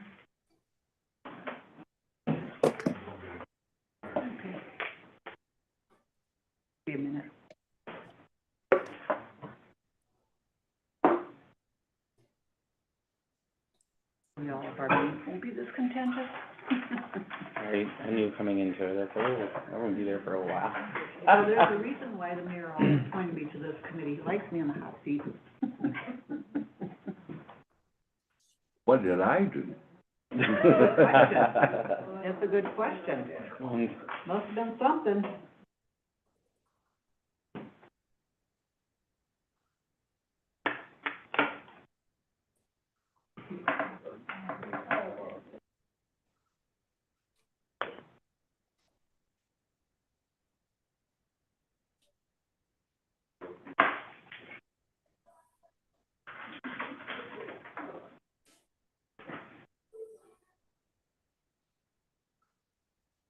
Are we on break? Just for a minute, waiting for the clerk to come back. Oh. Getting copies. I can only Documents that you see don't- like a small portion of the room. I can't see what's going on, so. Oh, I'm sorry, I should have let you know. The clerk just went to get copies Okay. of the documents that you're not able to see. Okay, gotcha. We just have to take our word for it that we have them. All right, come back. Intercepting today. Yep. Yeah, this is kind of unusual. And I think what we'll do next time we have something like this regarding operating license, we'll ask at the beginning if anybody is here and wants to provide documents at the beginning of the meeting. Okay, next item from the clerk's office. Okay, next item is 0416-25, communication sponsored by Alder Cohen and Alder Weidner on behalf of the Public Safety and Licensing Committee, requesting the appearance of Natasha Evans, agent for Select 627 LLC, DBA The Select, located at 1111 Washington Ave, pursuant to a formal expression of concern, and also requesting consideration of rescinding the formal expression of concern. Staff recommendation to discuss the formal expression of concern and also requesting consideration of rescinding the formal expression of concern. Fiscal note NA. All right. Is Natasha here tonight? Natasha is here. Good evening. Good evening. Hello. The attorney's office will swear you in. Okay. Swear to tell the truth, the whole truth, and nothing but the truth, so help you God. Yes. Thank you, and I think we'll hear from the police department as to why the expression of concern. Since the beginning of this year, we've had 23 calls for service at 1111 Washington Ave. I will say that most of those, however, have been extra attentions for officers. But we do have civil trouble from late in January, an assault report at the end of February, disorderly conduct on March 15th. That night, Select 627 began kicking people out of the bar. A fight broke out, which resulted in 1 arrest and 1 citation for officers to gain control. It took 2 taser deployments and oleo resin capsicum or pepper spray to be sprayed. And the response due to such a large fight resulted in 12 Racine police officers spending approximately 30 minutes restoring order, as well as a response from Racine County Sheriff's Office and Mount Pleasant Police Department. There was also a fight there at the end of March, and like just an assistance request. So I don't know if we want to hear from the alderman before we hear from Ms. Cole. Alderman Cole, you want to speak to this? Why? So the reason why, before I got off, so you guys were called in for the committee, and 3 or 4 days later is when that big free-for-all happened, where you had that big fight out there. And I just wanted you to call back in because you said, how many police officers? 12 police officers, Mount Pleasant, and everything else. And there's been parking issues out there, and I'm just wondering, I mean, I support you guys, I supported you guys all the way, but, you know, when stuff like this happens, we gotta worry about it. And I'm just wondering if you've had any issues since then, or are you controlling it now, or? And the only thing I wanna say is, I don't want the consideration, I don't want it rescinded in case anything else comes up because summer's coming up. But I just wanna know how it's been going there since then. Like I said, it was 4 days when we called you in and then that big fight. So what have you done to improve it? No, we have not had any incidents there since then, but unfortunately, that night, the police officers unfortunately made the scene more than what it was. My security guys had it well under control. Everyone was leaving out the door when the fight broke out. The security guys was in the middle of breaking up the fight, and the police bum rushed in. We can pull up cameras to show, bum rushed in and pepper sprayed. The police officers was already out there. They have been outside standing in front of the premises of the building for over 30 minutes already. Okay, so I guess I'd like to hear from the police department regarding this incident where, I don't know if I like the term bum rush, but where there's a perception that the police bum rushed the security guards at this premise. So if police officers do see a crime in progress, they will step in. It's not something for security to do alone. They do have a duty to intervene. It is true that police officers were providing extra attention that night beforehand. There have been parking issues. There's at least one business there has signed a non-consent to trespass as other people continuously park in their parking lot directly across the street. I don't have anything else specifically in front of me at this moment for more information regarding this. So that's why it took so many officers that's why it took for so many officers, because of course pepper spray was in a closed facility and a lot of people got pepper sprayed. There was no parking issues that night. No one parked in Tino's parking lot that night. So I understand feeling on the defensive being called in regarding all the incidents that were listed.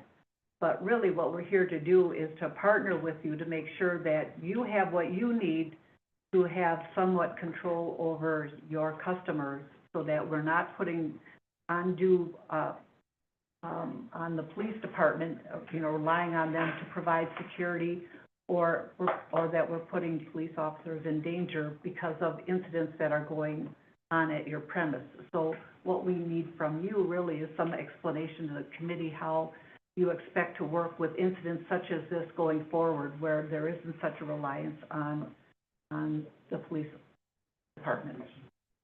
We have extra security as of that.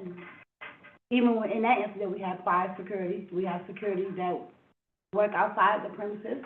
We have 4 securities on the inside, and we have one to 2 securities that work outside, that walk around our premises, making sure if we see people parking in Tino's, our DJ get on the mic, they tell them to move. Our security guys walk inside the building, they tell them to move. We're doing what we can do, but everyone is still adults, and if they still choose to park in Tino's parking lot, that's what they're still choosing to do. But me as an owner and my staff, we're doing what we're supposed to do to make sure that they're not parking in Tino's parking lot, and as well as we do what we're supposed to do to make sure that everyone is safe. We let out before 2 o'clock, we dismiss, make sure the crowd is no longer there around 2:30, 3 o'clock. We're doing what we're supposed to do to try to keep everyone safe. Has anyone signed up to speak on this item? No, Jeff Cole had signed up to speak. Be brief. So let's pull up another chair at this table so that you can be seen by the alderman that's here remotely and that you can be heard by that little box. By the little what? By the little box right there. We've been before you before, you can remember. Jeff he alluded to the fact that we were before you. When we came before you, we put a comprehensive plan for the record, and I don't know where that plan sits right now. And we've been very proactive as far as consulting with Natasha and her husband on this particular business. Police department should not be placed under indictment. I'll give you a story. I was out in Kenosha at 1:30 in the morning. So as an obligation to this organization here, I came back by the bar. When I came back by the bar at 1:30, I saw one police officer. I asked him if there was a problem, and he said, "No, there's no problem. We're being proactive." I went next door to get some gasoline and 2 more officers, and I spoke to a sergeant, and maybe I'm pronouncing it wrong, Sergeant Butner.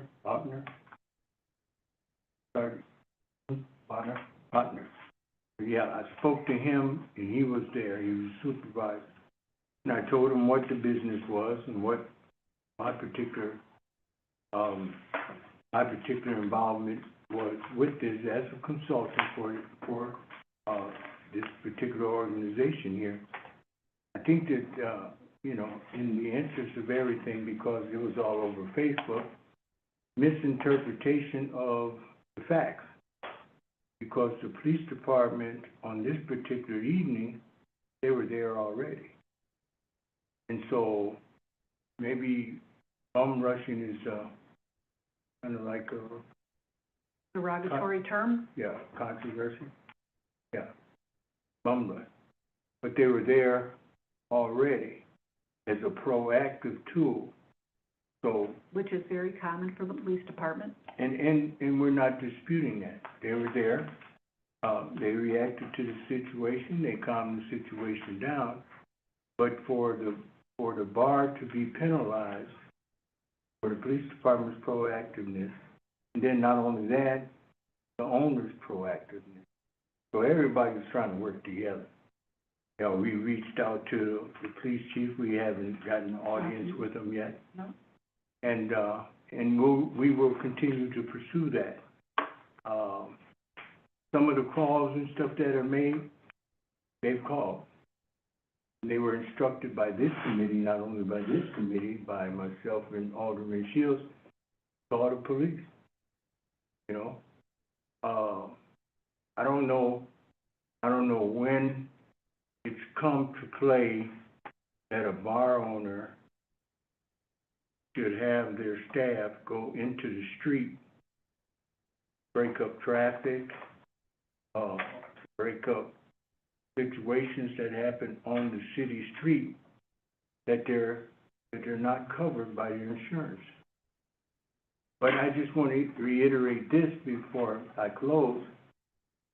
We are working with the police department, reaching out to the police department, calling the police department. The records show and stuff that the police department says they're proactive. We accept that. I sent out an application to see if I can have off-duty officers work at Select. I still haven't heard anything back in regards to that. Great, any questions from the committee members? I have just one question. Sounds like you're on top of things, trying to do a good job, and we encourage that, of course. But do you have any other plans or any other things that you're doing to control the traffic up and down the side streets and things like that? So they're parking all over the place. No, but if you have any suggestions, we're definitely open for them. And once again, we have to be cautious of the fact of what is the liability to send. Oh, yeah, of course, I wouldn't suggest that. On the street to do police work. I wouldn't suggest that. Okay, so what are options as far as a motion? So this committee first called this licensee in on February 26th of this year. That would have been the first formal expression of concern. The second, this is the second one here, within a 6-month period would require this to go to due process. So at this point, if the committee were to rescind the item, it would essentially take out the second strike, and it would continue as if the second strike did not occur. So we're essentially saying that they were called in mistakenly. The second option is for the committee to receive and file, and that would refer the matter automatically to the city attorney's office. I would review the complaints and the allegations. I would work with the police department to determine whether or not it is appropriate to suspend or revoke or to move towards that process. If a settlement is appropriate, I would work with the applicant to come to an agreement. That agreement would then come before the council and the committee for approval. If it's not appropriate to seek a settlement, I would draft a summons and complaint. They would go before the due process board, and they would have a hearing to contest the allegations. Thank you. Alderman Kelly, could you hear, the explanation from the city attorney's office? A little bit, yes. I just had a question. Okay. The incident that was in question, what was the date of that? It was March 15th, but I also have at least one officer present here, if you want to ask them any questions regarding the incident. And which officer is that? I know at least Officer Stephanie Beery responded there. I did not know that. I'm sorry. We have an officer here, Alderman Kelly, that was present at the scene, if you'd like to ask any questions regarding that incident. No, I was just trying to get a timeline because I've got limited information here because I'm trying to work off the iPad, but so on that report, I had March 14th, March 15th, March 22nd, March 23rd, March 29th, March 30th, April 6th, and then the next report showed, I believe, an additional day in April. So was that the reasoning or was it the one incident? Because everybody keeps referencing the one incident, and I thought it was the multitude of incidents. I believe it was the multitude of incidents, but I think there was one incident that was emphasized because of the numbers of police officers that were there. Perhaps before a motion, I would like to hear from the officer that was present at that. Wouldn't mind coming up? Madam Chair, before we make a motion, I have a question. Yeah, Yeah, that's what I want to know. What is all these incidents? All these incidents, can I see a copy of all these incidents, a report of all these incidents? So, please address your questions to the chair. And Officer, I'm sorry, what was your? Barry, Officer Berry? do you want me to sit? Yeah. Okay. If you like? Yes. Yep. So we have Officer Berry here that was at the incident that was described in depth by both the premise license holder and former Alderman Fair. So if anyone has any questions of the officer regarding the incident, now would be the time to ask those questions. Well, could you give us your opinion, seeing that you were on the scene, as to what happened? Or was it, we've heard several different opinions that are contradictory to each other, actually. So could you just briefly enlighten us from your perspective? On the March 15th? Yes, when the policemen were very aggressive, I'll put it that way, based on some of what we've heard. Yeah, so it appeared that they were kicking people out of the bar. There was a large crowd that was exiting the bar. So a sergeant and multiple officers, including myself, stepped out to assist. At one point, a security guard came out of there and stated that they had been OC sprayed in the face, which is the pepper spray. And then there was a fight that was continuing inside, therefore officers went inside and gained entry and attempted to locate that party that was fighting, and take them into custody. Okay. So was it the police officer that sprayed? We weren't even in the bar at that time. So, because that was kind of my understanding of it, that the police department. The police department was on scene, but not inside the bar when the security guard Thanks actually for was. clearing that up. Like she said, we were under the impression that the police sprayed. The police department did spray, however, at that time, we were not inside the bar yet. Okay. So what arose to the pepper spray from? I was trying to gain entry inside. There was a lot of people. I wasn't fully inside the bar. I was in the entryway of the bar. But two parties were fighting. The police department, from what I saw, were trying to gain compliance of the party that was fighting. And then OC spray was done as well as the taser, and then they were taken into custody. I'm sure the gentleman in the back was trying to get your attention. Was nobody pepper sprayed before the police came in? Nobody got pepper sprayed. Okay, to my knowledge, a security guard came out of there and stated that they were. Point of order, Madam Chair. One person Madam Chair. is gonna talk at a time, That's sir. what I'm trying to explain. The security guard was the one fighting, the security guard was fighting the dude, that's who was fighting. When the police came in, got the security guard in the person. That's what happened, that's when they purchased. Nobody got pepper spray. Okay. So this is not all about the one incident. So, All the other, the, any other incident, no police ever came. Wasn't no incident, maybe they. May I offer a point of clarification? yes. Thank you. I would just like to, point of clarification. I believe in the beginning, Officer, I'm sorry, what is your name? Sergeant Auckland. Sergeant Auckland, stated that there were multiple incidents, but not all of them required any actual police, anyone arrested or any police response, right? That's correct. Thank A lot of these incidents are proactive from the police department. There are a couple of them, I know that we responded out to the hospital for an assault report. We already That was We already the came next- to that. Okay. I'm just stating the breadth of where my report starts. So, there's that, and then there are a couple fights that are mentioned, but it looks like during those fights, the police, to respond or they observe something like that, and when we don't have cooperation from a victim or something like that, it's not a situation where we're gonna put ourselves into a use of force situation when we have an uncooperative victim. Okay, So, thank you. Okay. Thank you. Any other questions from the committee members? Yes, I have one question. Could you kind of break it down or separate their calls from the, calls where you were already there? I have a lot of the calls in front of me, which are listed as extra attentions, and those would be started by officers. Mm-hmm. So I would say approximately 16 of the 23 are extra attentions by officers, but that's also in relation to the non-consent to trespass and the parking violations that are in the area. So Okay. officers are going to be writing parking tickets on that. I think, I don't have it in front of me, but I think even for this incident, I saw parking violations in the form, in the notes being cited, not just the arrest. Okay. So parking is an ongoing problem. And this goes all the way back to January. I cannot speak as to when the non-consent to trespass was issued for parking.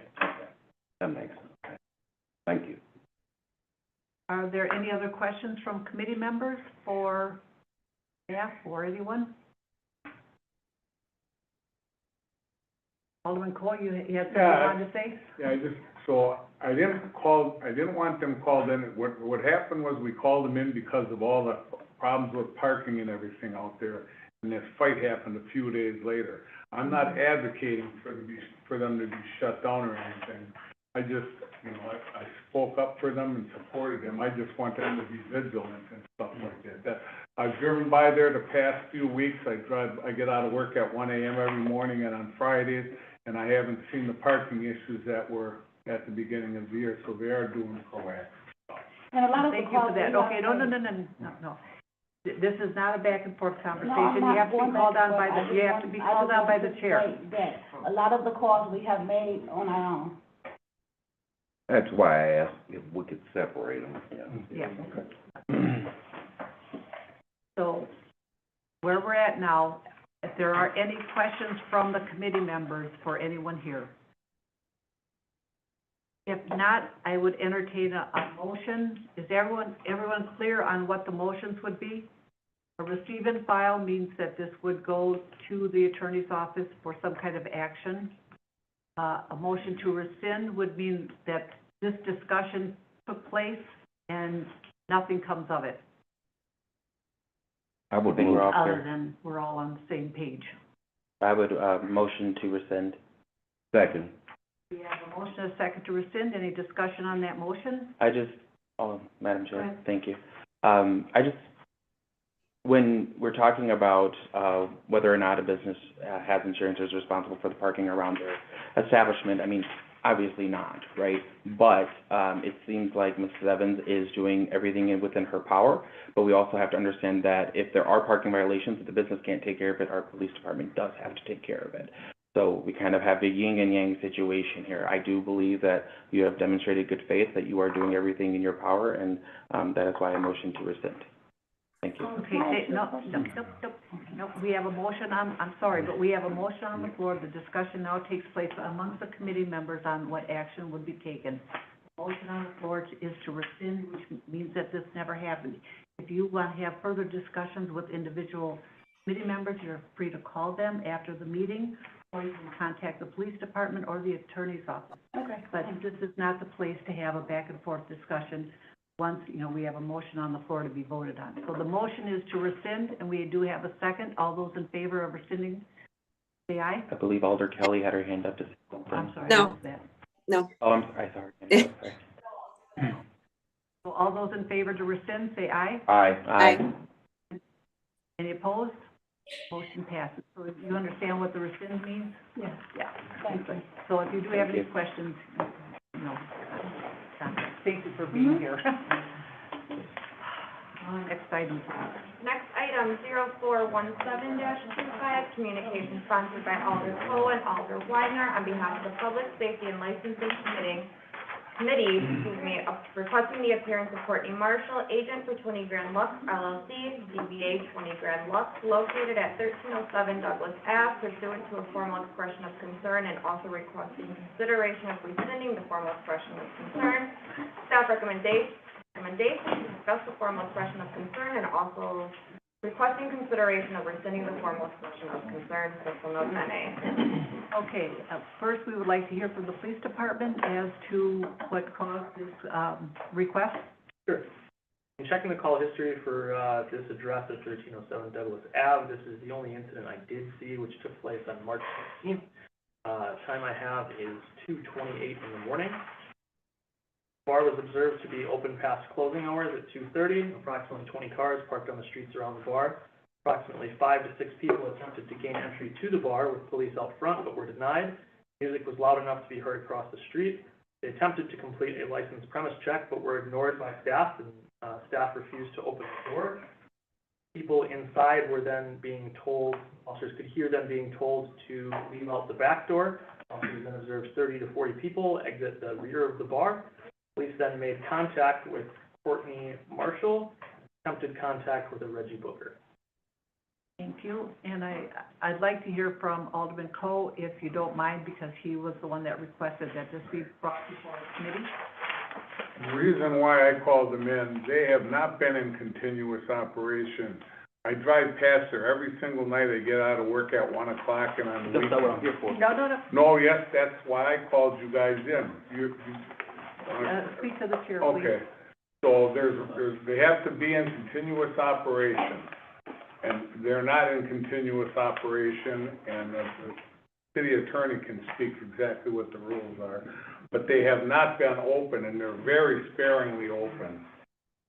And that's why I called them in. This incident, I didn't know about this incident until just now. As long as I'm open 2 days out the month, okay. So, you drive by, it's harassment, so I would like to know, you said you drive by after work every night to make sure they were open. No, that way. That's what you just said.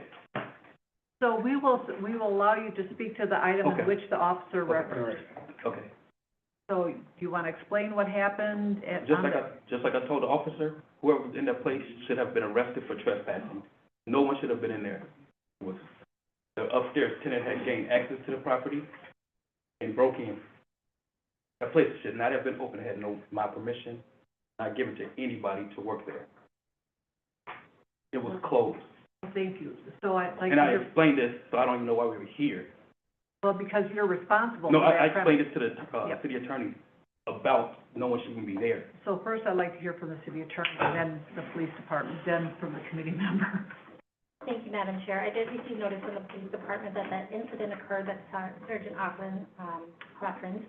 I made a call to Mr. Courtney quickly thereafter, within a couple of days, explained to him what the situation was. He indicated that his business was currently closed, that he was not operating.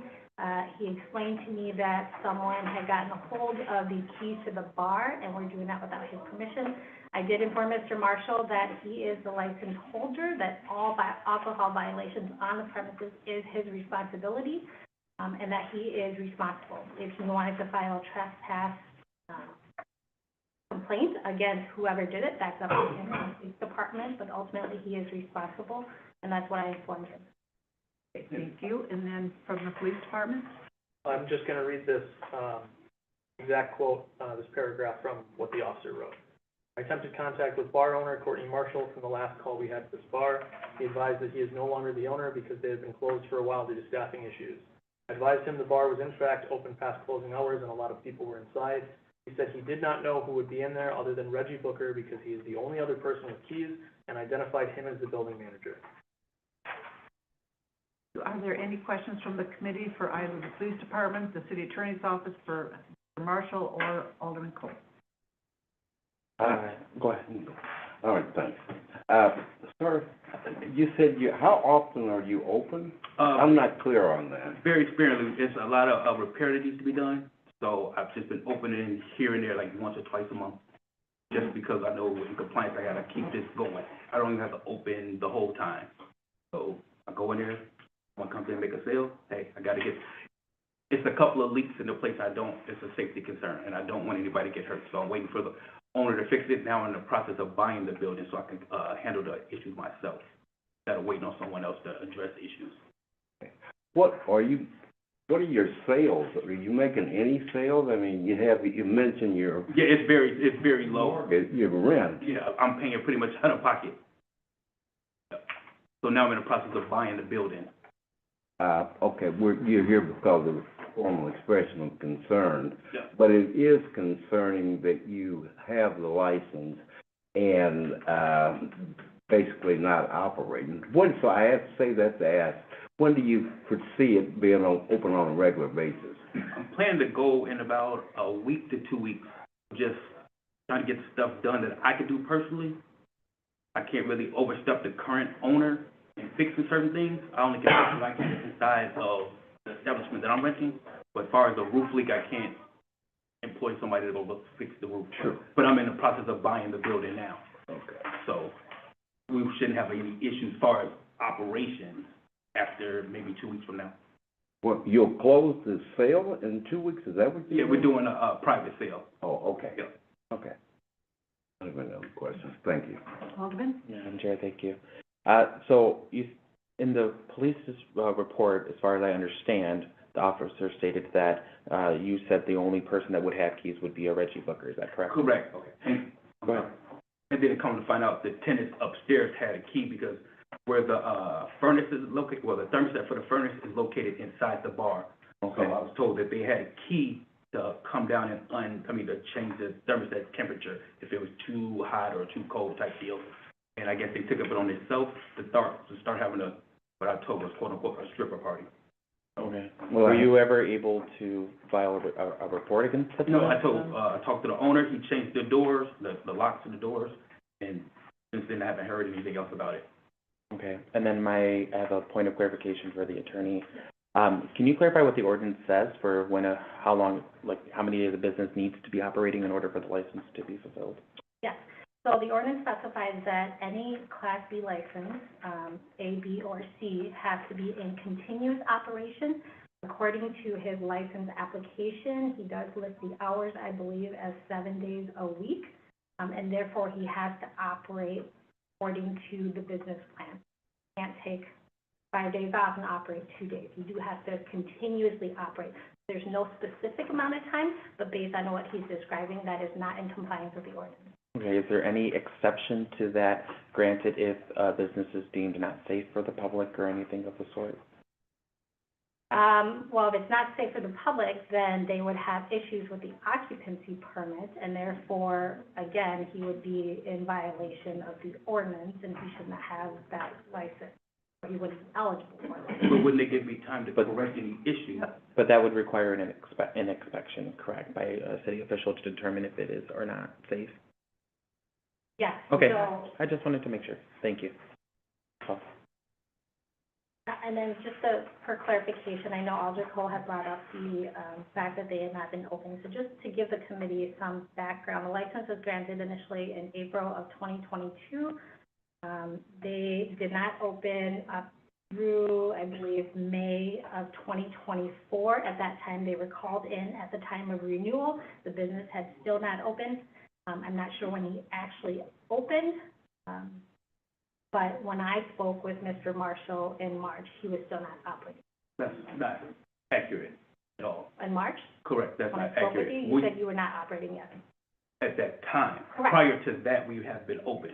We have sales, we have, invoices from the liquor distributors that we purchased, so I'm not sure. Right, so like I said, at the time I spoke with you, you stated that the business was not operating. At that time, which is March, was what, last month? Not in 2022 that you said, correct? No, I said March of this year. Okay, I'm sorry. Okay. Okay. Any other questions from the committee? Could the city attorney remind us again about the appropriate motion in this situation? Yes, so this would be the first time that Mr. Marshall is called in, so the first time for a formal expression of concern is just a strike. If the committee decides to receive and file, it would stay on as a first strike, and then if something happens within the next 6-month period, he would be called back in, and we would be in the same position as the last application. But at this time, it would just be the first strike. Thank you. Is everyone clear on what the motion would be? Yes. I'd like to make a motion to receive and file. We have a motion to receive and file. Is there a second? Second. Any discussion on the motion to receive and file? Seeing none, all those in favor say aye. Aye. Aye. Opposed? Motion passes. So are you clear as to No, what go ahead. the clerk's office can explain, or the attorney's office can explain what the receive and file means? So if something else happens again in 6 months, you'll be called back, and then that would be a second strike.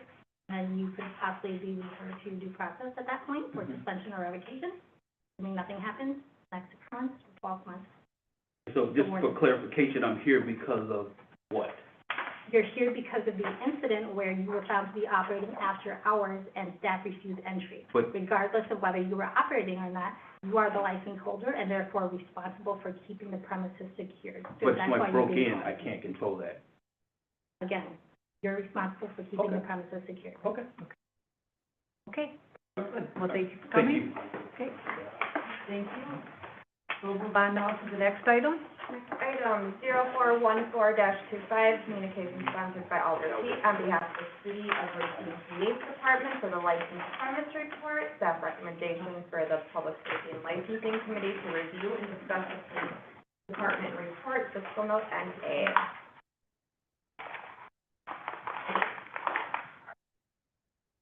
Okay. I did want to say that, this goes from April 7th, through the 27th. In that time, a lot of officers did go to double vision and provide extra attention to see if there was anything regarding the previous complaints, either noise violations, fights, paraphernalia, or litter, and no officers observed anything like that. It should be noted that on April 12th, we had a call on Pub on Wisconsin where it was shots fired outside. We did have a victim who was hit, that was right outside the bar, and I do have a quote from staff saying that they were at capacity and therefore holding the door closed. Oh. Not sure where in here, this is the report and it does have that quote in there. Could you repeat that, please, Sergeant? Yeah, so Capacity? when officers responded to the Pub on Wisconsin for the shooting incident and when they were receiving information from the different witnesses that were there, one staff member did state, right on the page, working the door and holding it shut due to the bar being at capacity. He then heard a physical altercation start involving multiple parties outside, and shortly after heard a single gunshot. So this is something we are seeing at Pub on Wisconsin, which is where there's a large crowd outside, which turns into fighting, loitering, noise violations, and things like that. Okay. Do we know what the capacity is for Pub on Wisconsin? You know, I have that information. Okay. Sorry. Could've.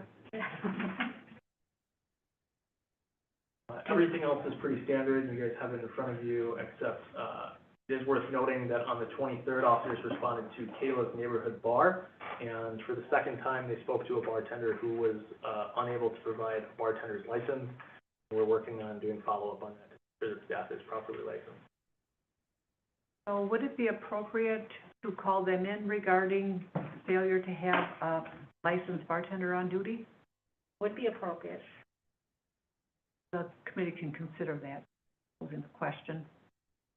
Are there any other items that we believe should be called in? I'm concerned about Pub of Wisconsin with the people outside, especially in warm weather coming.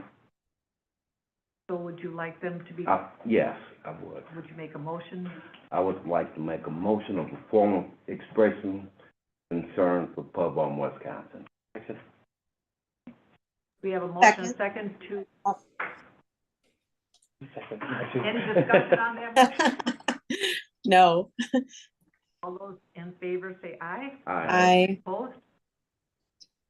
Any other that we wish to call in for an expression of concern? I would like to motion to allow a formal expression of concern regarding the incident at Kayla's, bar, Okay.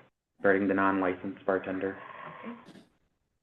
We have a motion to bring in Kayla's Bar for. Second. Yeah, thank you. We have motion and a second. Any discussion on that motion? All those in favor say aye. Aye. Opposed? Motion passes. So we have two come in. Are there any others that we wish to bring in? Any comments or questions for anyone regarding the remainder of the licensed premise report? I would just like to say one thing, and that's in regards to the bar on Douglas Avenue, where the gentleman came in at our last public safety meeting and had all kinds of complaints. I do appreciate the police department going to the extra effort like they've Yes, done to make sure that his concerns have been addressed and that it's been found that there really are no issues. Thank you very much. So thank you for that. Yes. Is there anything else from the police department that we need to be concerned about, other than what's on your report? All right, so then a motion to receive and file the report. Motion to approve. We have a motion and a second to approve. That was my fault. I made a mistake of the receive and file. The difference is receive and file, it would not come back to council. The motion to approve the report means that it will be in the report to the common council for everyone, on public record. Okay. So we have a motion to approve. Any discussion on that motion? Second. All in favor, say aye. Aye. Opposed? It passes. Thank you. Are we at the end yet? Yeah. May I say something? No.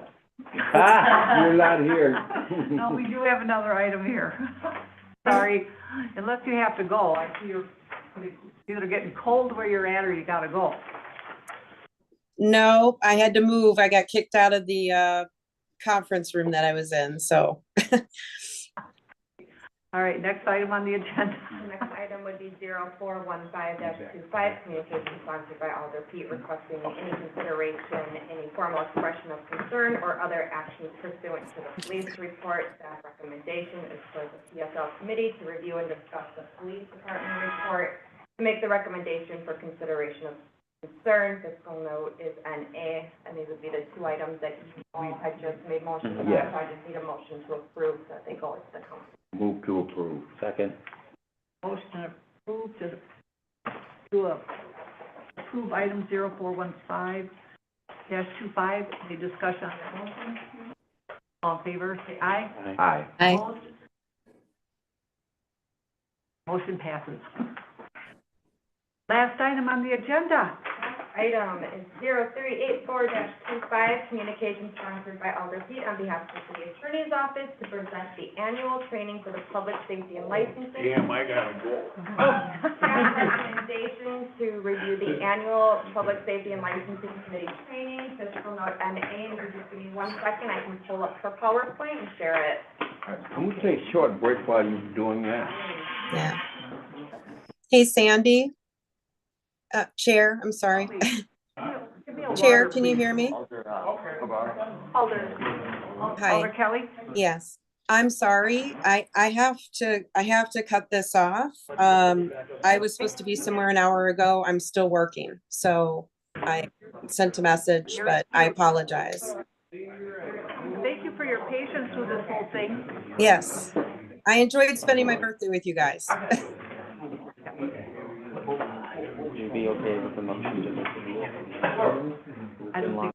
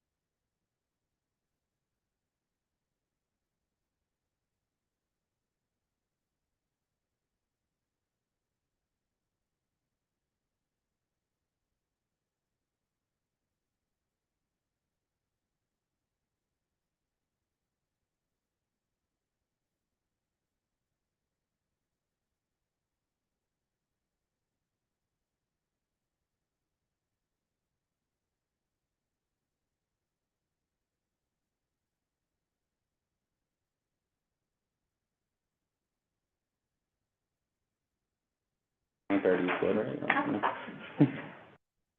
All right, next item on the agenda, or did we already announce it? We did. We did announce it. Thank you. All right, I think I've met everyone in the room by now. We do these meetings, these trainings actually, once a year when the new committee has been formed. I know that, there are only 3 of you here, so the only one that's new is Alder Pabon. So I know that Alder P and Alder Weiner, you're both pretty experienced. You may know a lot of this already, so it may just be a good reminder. And we also have several police officers in the room with the newly formed tavern squad. So it would be helpful for them to learn some of these things here. So if you'll bear with me, I'll try to keep it as brief as I can. If you have any questions, the committee members can interrupt me at any time. I will be able to answer it. So today I'm just going to try to cover 3 things here.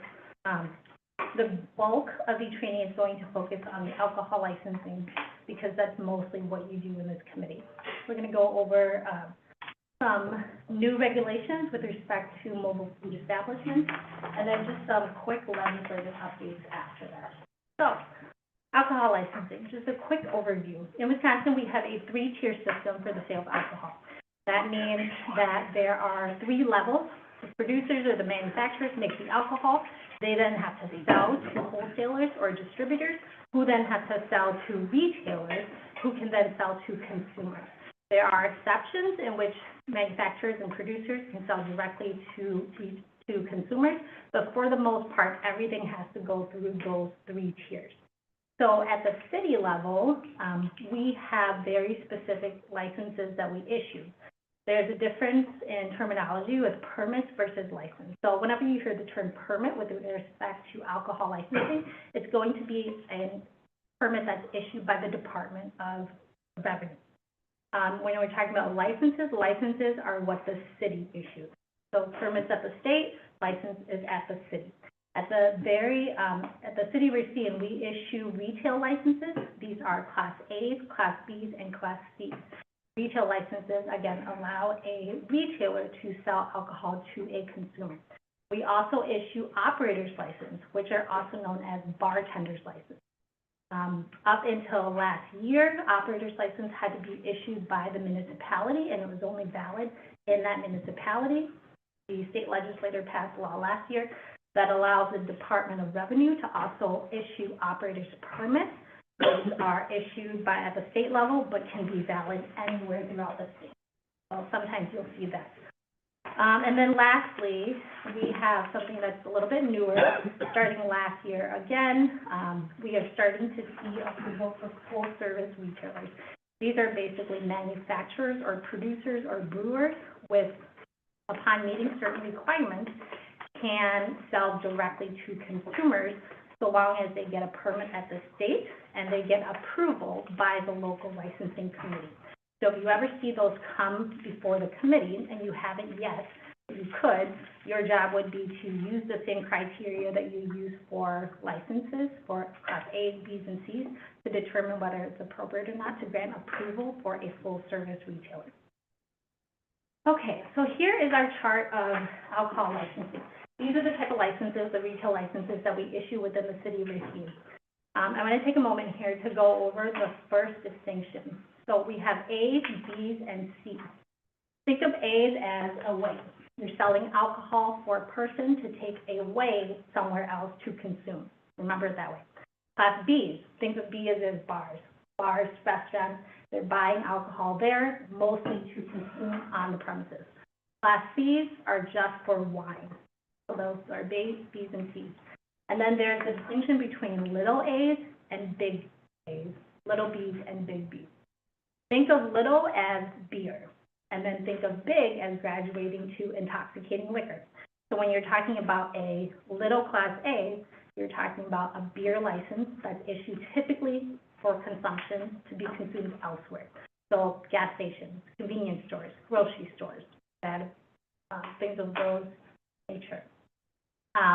Please notice that for, okay, let me go back a little bit.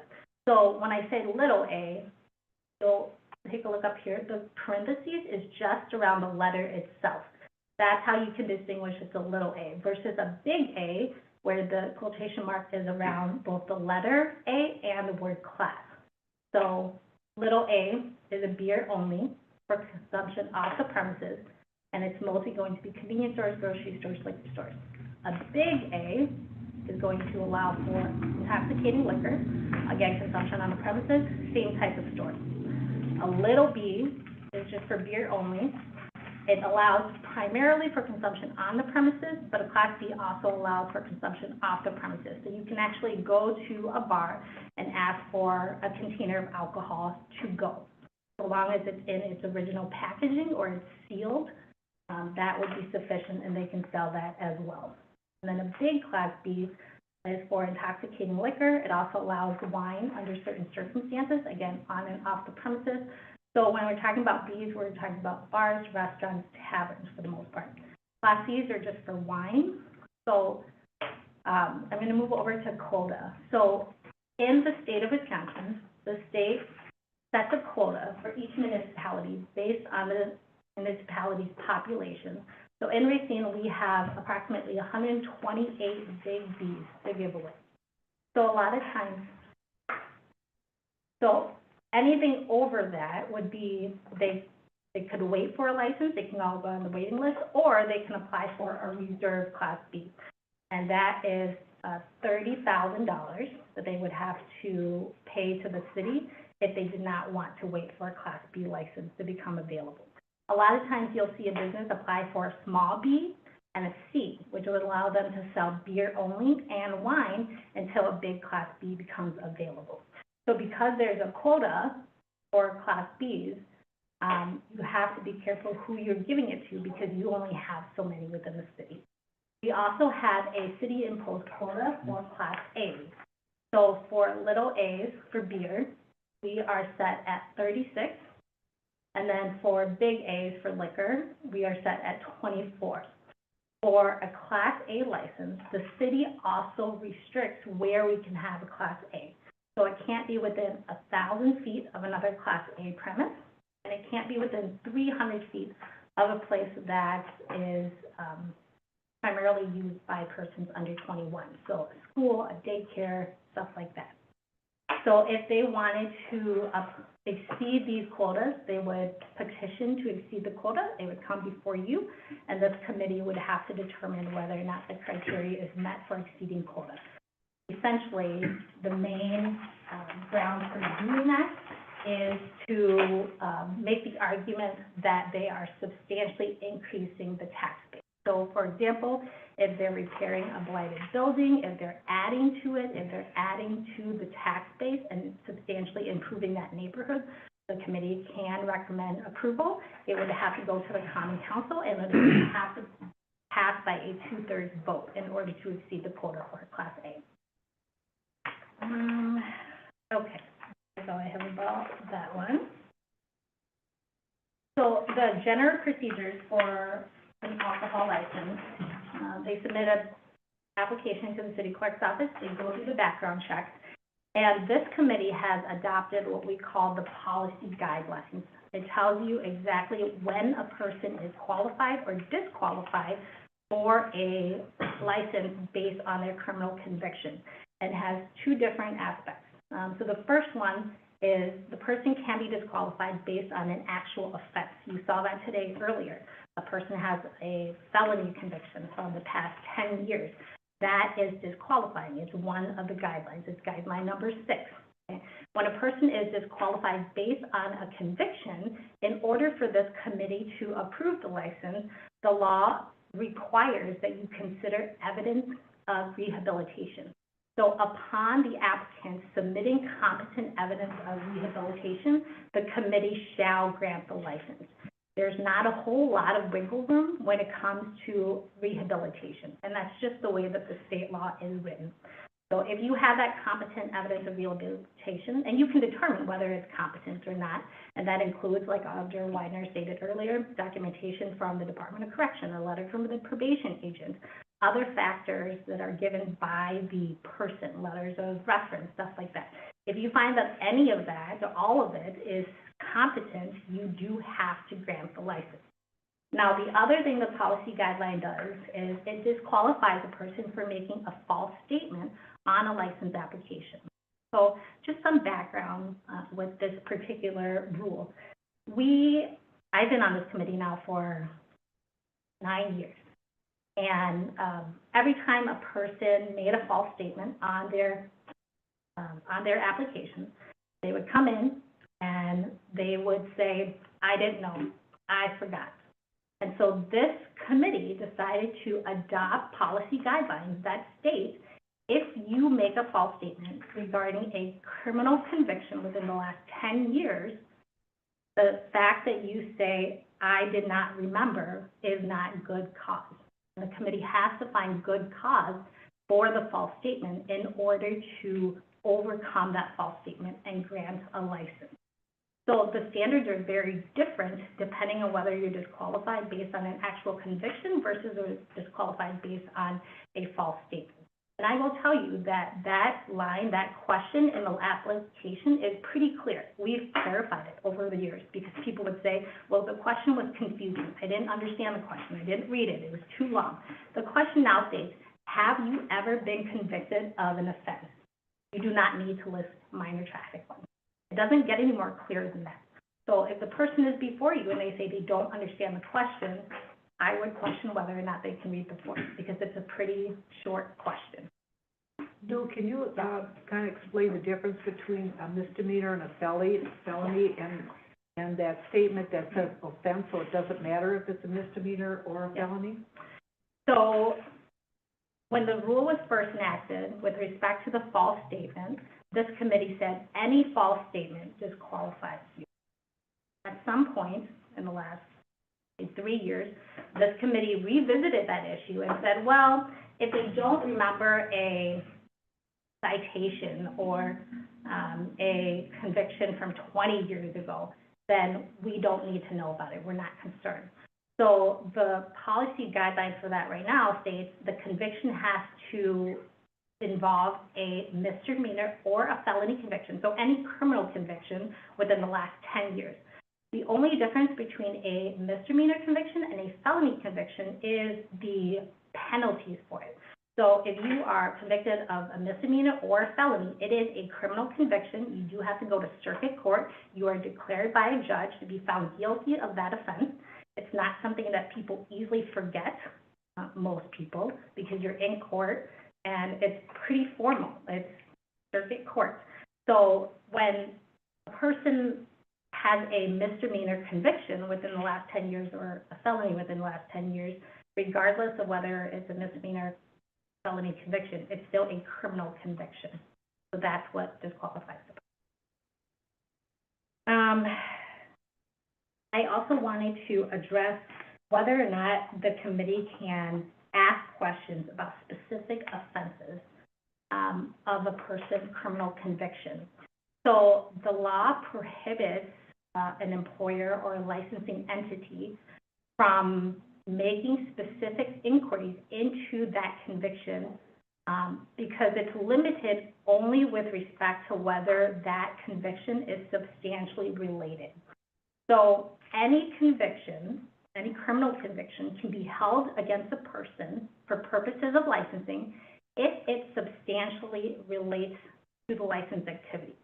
So the question is whether the circumstances of that offense affect the person's ability to perform the license activity. So if a person was found guilty of possession of narcotic drugs, does that affect their ability to serve alcohol? Alcohol and drugs are two very related, that they have a lot of regulations in common. So they're closely regulated. So there's an easy line that you can draw to state that a person who has been convicted of possession of narcotic drugs or possession with intent to deliver a narcotic drug or to manufacture a narcotic drug affects their ability to serve alcohol. So when the committee is asking questions about the offense, it has to be specifically related to whether or not the circumstances of that offense relate to their ability to do their job. You can't ask why they did that. You can't ask who they, well, you can't ask why. You can't ask specific questions because the facts of that offense are less important than the circumstances. So the question should be, is there a similar opportunity for them to reoffend in this situation? Does it demonstrate certain characteristics of that person? Does it demonstrate truthfulness? Those are things that would relate to whether or not they can perform the job, as opposed to very specific questions about the offense itself. So can I follow up on that? So the questions that were asked tonight of those that were in for operator's license were inappropriate according to those guidelines that you just said. So when I asked the question, you want to explain the circumstances of your conviction, you should not have done that. So you can only ask, like I said, questions that let you determine whether or not the offense is substantially related. So there were some questions that were asked that I would argue do not and are not relevant to whether or not the person can perform that job. But if you can make the general argument that whatever you're asking determines whether or not the person can commit or recommit the same crime in a similar offense in the license activity, then they would be appropriate. It's a very fact-based. It sounds like a fine line as well. Yes. Especially with a young man with a conviction for the gun violation. Right. So I would just caution the committee to be careful in terms of asking very specific questions. Sounds like we should ask you first if we can. That would be great. Good. I think I have a question. May I? So since I'm the one that asked the questions about for the person with the felony, my reason for asking those questions were to come to what you were just saying, that conclusion about whether or not they would be in a position, and it was about a judgment, wanting to know the line of thinking or what was influencing his lack of judgment in that moment, and whether or not something similar would happen in his line of work. Yeah, and I completely agree. Sometimes it's very difficult to tell whether a specific line of questioning is permissible. I would just caution this committee to be careful because there are some lines that you cannot cross. But I agree, sometimes it's blurry. Would it count though? So for me to qualify that, and I was leaning on my own, where I am in my own journey for law school. So that's where I was going with that, for trying to pull that judgment line. Sure. And connect those dots. I guess my question would be, does that count though? Because although she is an alder, she is not a voting member of the committee, of this particular committee. So does it matter if she's questioning him and he's willing to answer it? But then are we not, as a committee, allowed to take into consideration what he's saying because we would not be able to ask that question? So each alder of the Common Council is, I believe, I forget the term. Like a standing member? A standing member. Ex officio. An ex officio, thank you, member of all the standing committees. So they do have a right to ask questions, and all the rights that the committee members have, with the exception of voting. So I would say all alders, whether they're on the committee or not, would be restricted from asking questions that violate the law. Okay. Can I kind of follow up on that, because that might have been an error on the part of the chair, even though I recognize that all aldermen are ex officios of each standing committee. I've never experienced before where an alderman has asked questions of an applicant before, like what happened tonight. And I'm not saying it was right or wrong or good or bad that I did that. It was just something that has never been done before. And what is I'm not really sure what my question would be, but. Can we do it better in the future? Yeah, that's a good, thank you. So as the chair, you have the authority to run an orderly meeting. And I think in general, that includes perhaps implementing a rule that anytime a person is speaking, they're speaking directly to the chair and no one else, rather than speaking to someone in the audience. Certainly, they can direct a question at the chair, and the chair could determine whether or not it's appropriate. But I think setting a rule that everyone addresses the chair and no one else really avoids the type of situation where people are shouting out in the audience and they're going back and forth, because then it turns into a circus. In most instances, we were able to do that, but there was a back and forth between Alderman Allen and the applicant that really made me uncomfortable. And I didn't really have the wherewithal, I think, to stop it in its tracks like I felt it should be, because it should have been me being addressed and not the applicant individually, except by a member of the committee. Sure. And I have a follow-up question on that, because I felt like the questions that I posed needed to be asked, and then it needed to be answered. I understand your concern, but again, it's up to the chair and her discretion to let audience members speak. And I think when you have a rule, like you have to speak to the chair, it's important to apply it consistently and uniformly across the board, because then you don't run into situations where there are exceptions. So I agree with that. Okay, so with that in mind, if you have the committee is going to make the final decision, and this is one of those cases where it does not come back to the common council, right? So operators like right, does not come back to the common council. So if there are questions that I say that all went differently. Say I posed those questions and asked Alderman White to ask those questions to the person requesting the operating license. Now, if she doesn't do that, or the chair doesn't do that, those questions are still out there, then can another person on the committee then bring those questions back and have them answered? Well, the chair has the final authority, so she has to call on someone before they can speak. So typically, if the chair states that the one person is speaking, they should speak directly with the chair. So if the chair makes the decision not to ask the question, that would be within her right. Thank you. Okay. Moving on to Good Neighbors meeting. So after we have the background check, you usually will get a cover letter, and that's what you find in your application packets, and that will be explained by the police department as to what the convictions are and why they're disqualified. Before it gets to you, for Class B and also for Class C licenses, actually, so that should be corrected up there, we do a Good Neighbors meeting. So a Good Neighbors meeting is where the new applicant for Class B, so usually bars, restaurants, wineries, will sit down with my department, usually myself, Sergeant Hoffman, or whoever the LPD liaison is, a health department, usually the chief building inspector, the health inspector as well, and then a person from city development. And the reason we do that is because we sit down, we all look at the same application so that we're all on the same page. Every department is there. The applicant can ask questions of every department. And the goal is really to do a couple things. One, it's to set expectations of that new applicant. So we tell them what the rules are, what is expected of them as someone who sells alcohol in the city of Racine. They should know how to be a good neighbor, and they should know what the rules are. This was implemented originally because we had a lot of applicants who would come in and they would say, they would get in trouble, they would come back before the committee and they would say, well, I didn't know that, no one told me that, I didn't know what the rules were.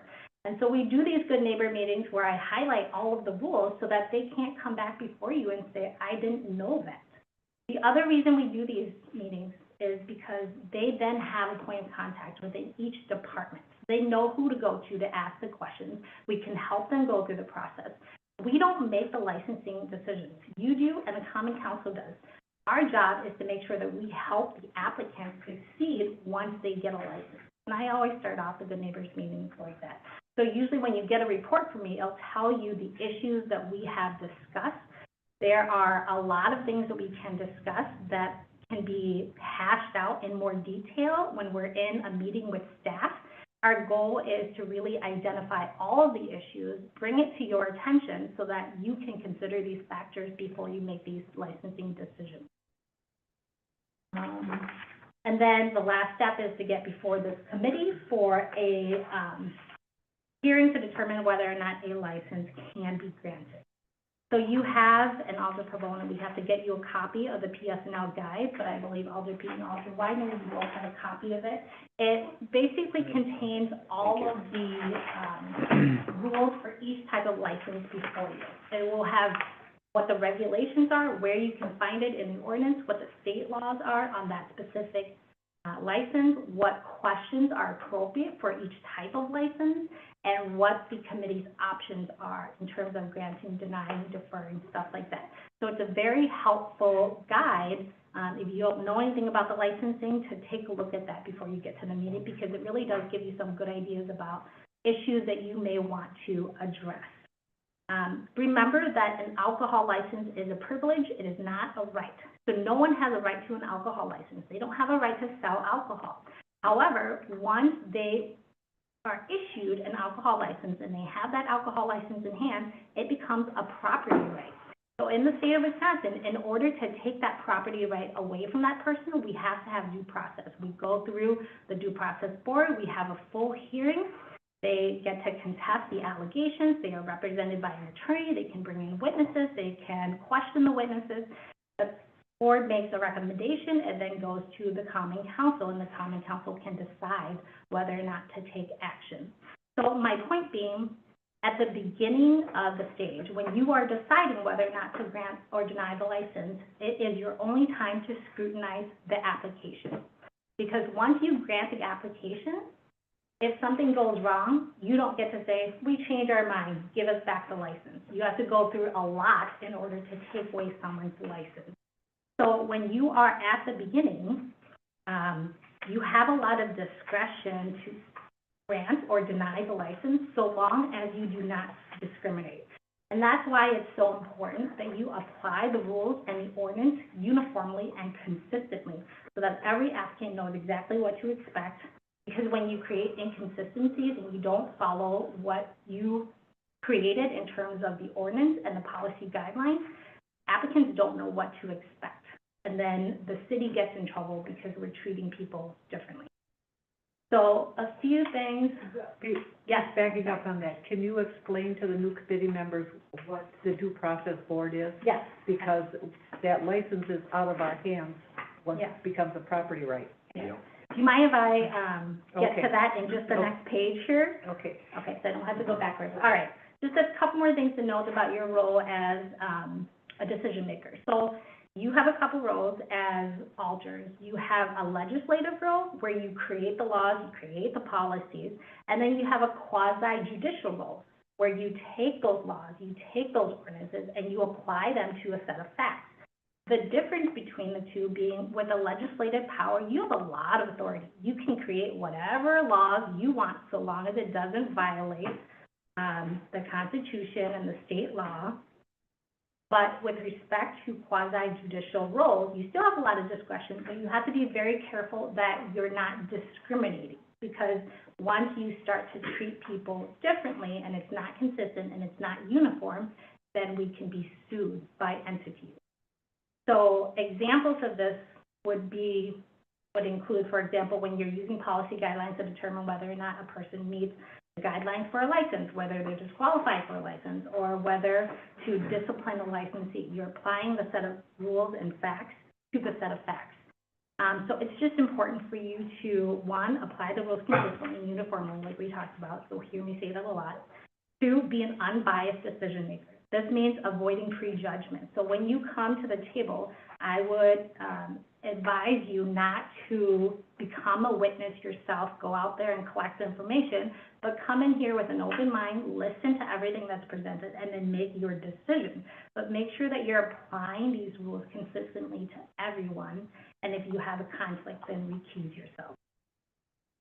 The other thing to keep in mind is verbal promises. So when an applicant submits a retail license for the committee, you have an application packet. It includes their business plan, how they're going to operate, the hours of operation, where in the building they're located, whether it includes a patio or a deck, whether it includes a second floor, what food they're serving, what name they're operating under. All of that is in the business plan, and the business plan is binding on the applicant. So when they submit a business plan, they are bound by those rules, including the hours of operation that they set out in there. So state law allows them to open up to 2 a.m. on weekdays and 2:30 a.m. on weekends. But if they state in their application that they're going to close at 1 a.m., then they have to close at 1 a.m. So remember that when you're reviewing the applicant, if they come before you and their application states that they're going to open from 6 a.m. to 2:30 a.m. on Fridays and Saturdays, and they tell you, no, we're going to close at 10 o'clock, that is not binding. Now, if you want to approve what they're stating, then you can certainly defer the application, ask them to put it in writing, ask them to amend the application. It can come before this committee, and then you can approve whatever they have submitted in writing. But just remember, verbal promises are not binding. So if they say that in their business plan, we approve, we give them the license, but later we find out that they said they're gonna close at 1, they're actually closing at 9. Is that when we would do the formal expression of concern? Yes. Okay. So that would normally come through in the form of the licensed premise report. Okay.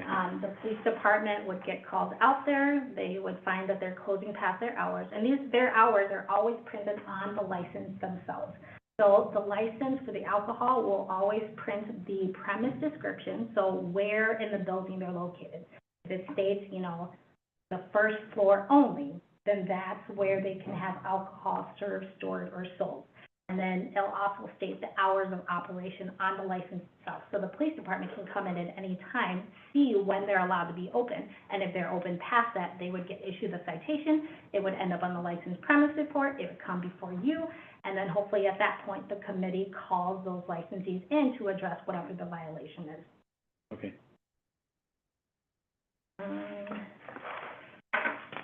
Okay, conditions on licenses. So what happens when you have a situation where there are concerns about a business plan, but you still want to grant the license, but you want to make sure that certain issues are addressed?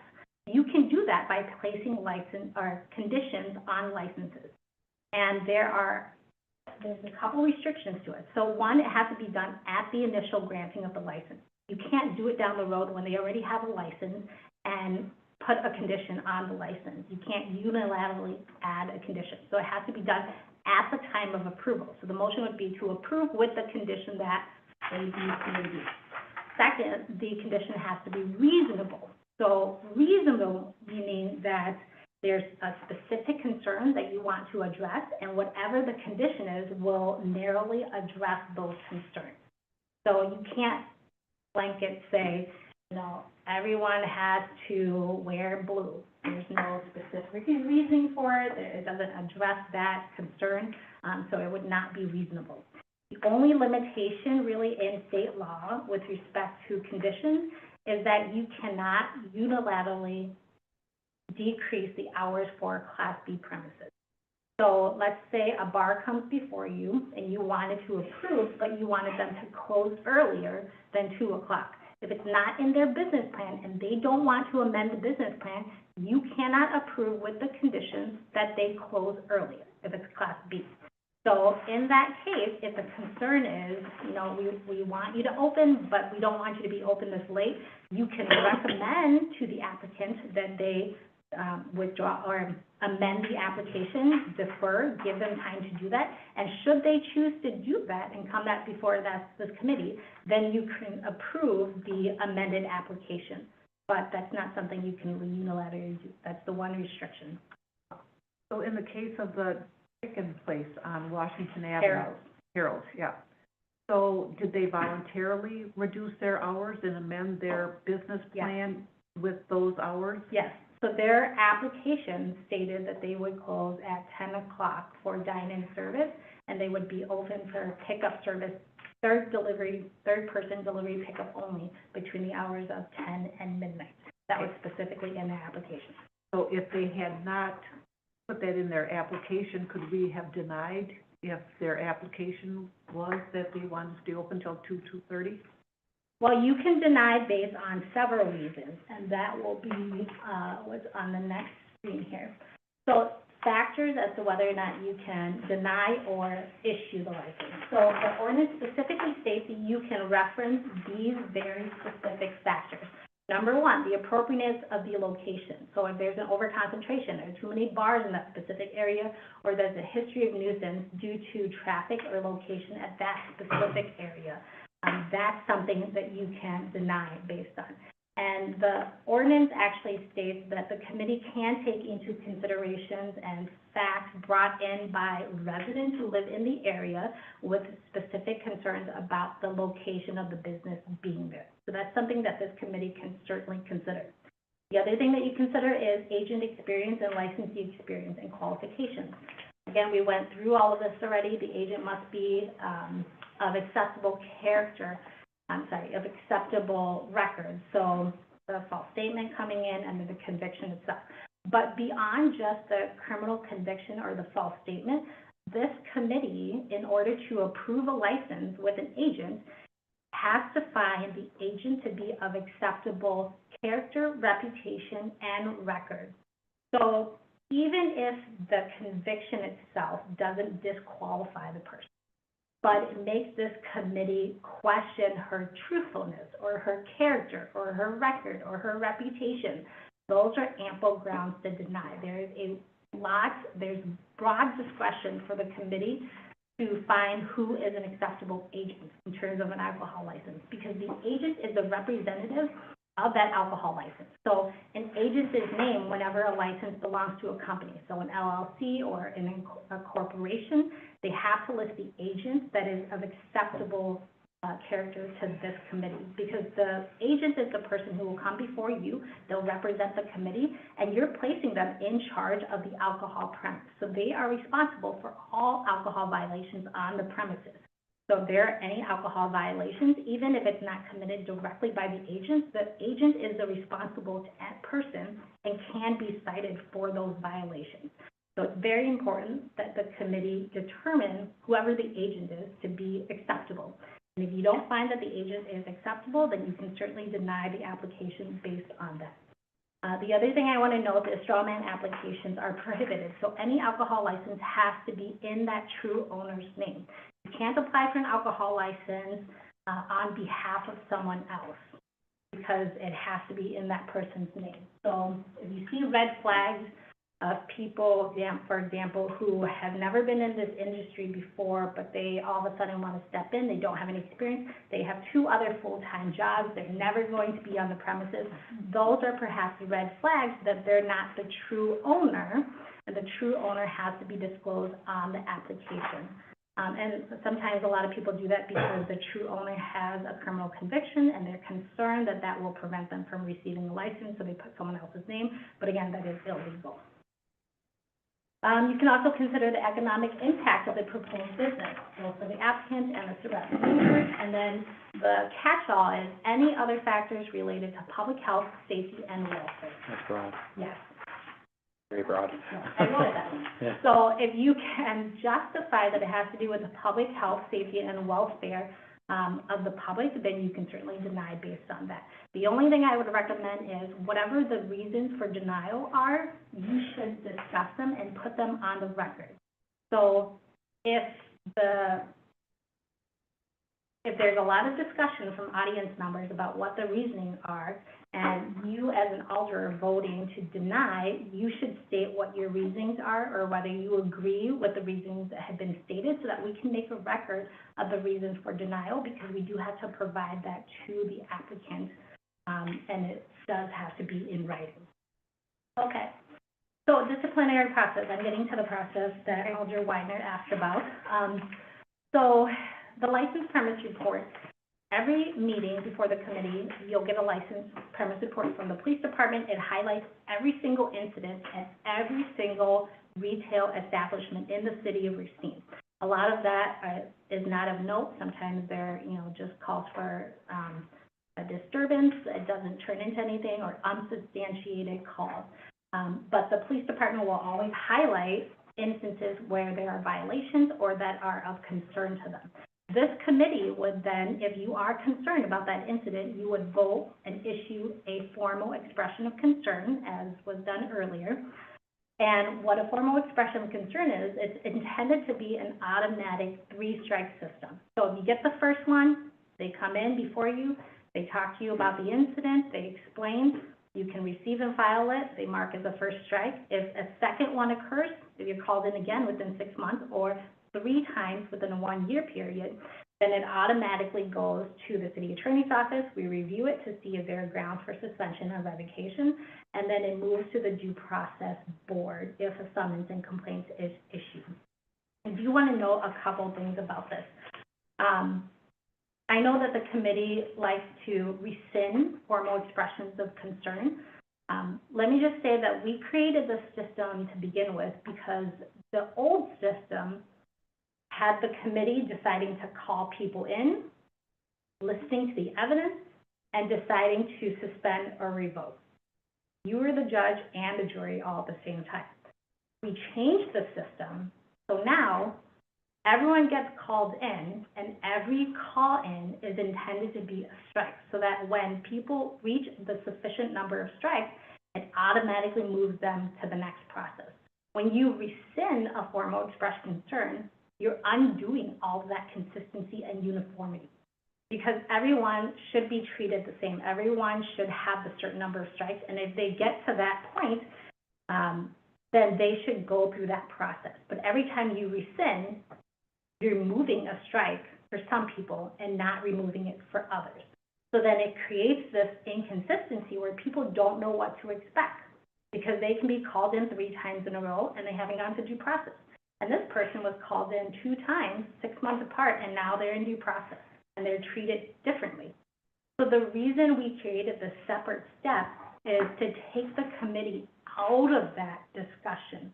So the committee's job is only to inquire whether or not the issue is going to be abated. So if the issue is you're refusing to let officers in, are you going to fix that? Do you know what the law is? Is that going to happen again? Have you trained your staff? Have you fixed the issue? Those are the issues you should address that. When you start getting into the specific facts about, did this allegation occur? Did this fight take place? Was the police department rushing in?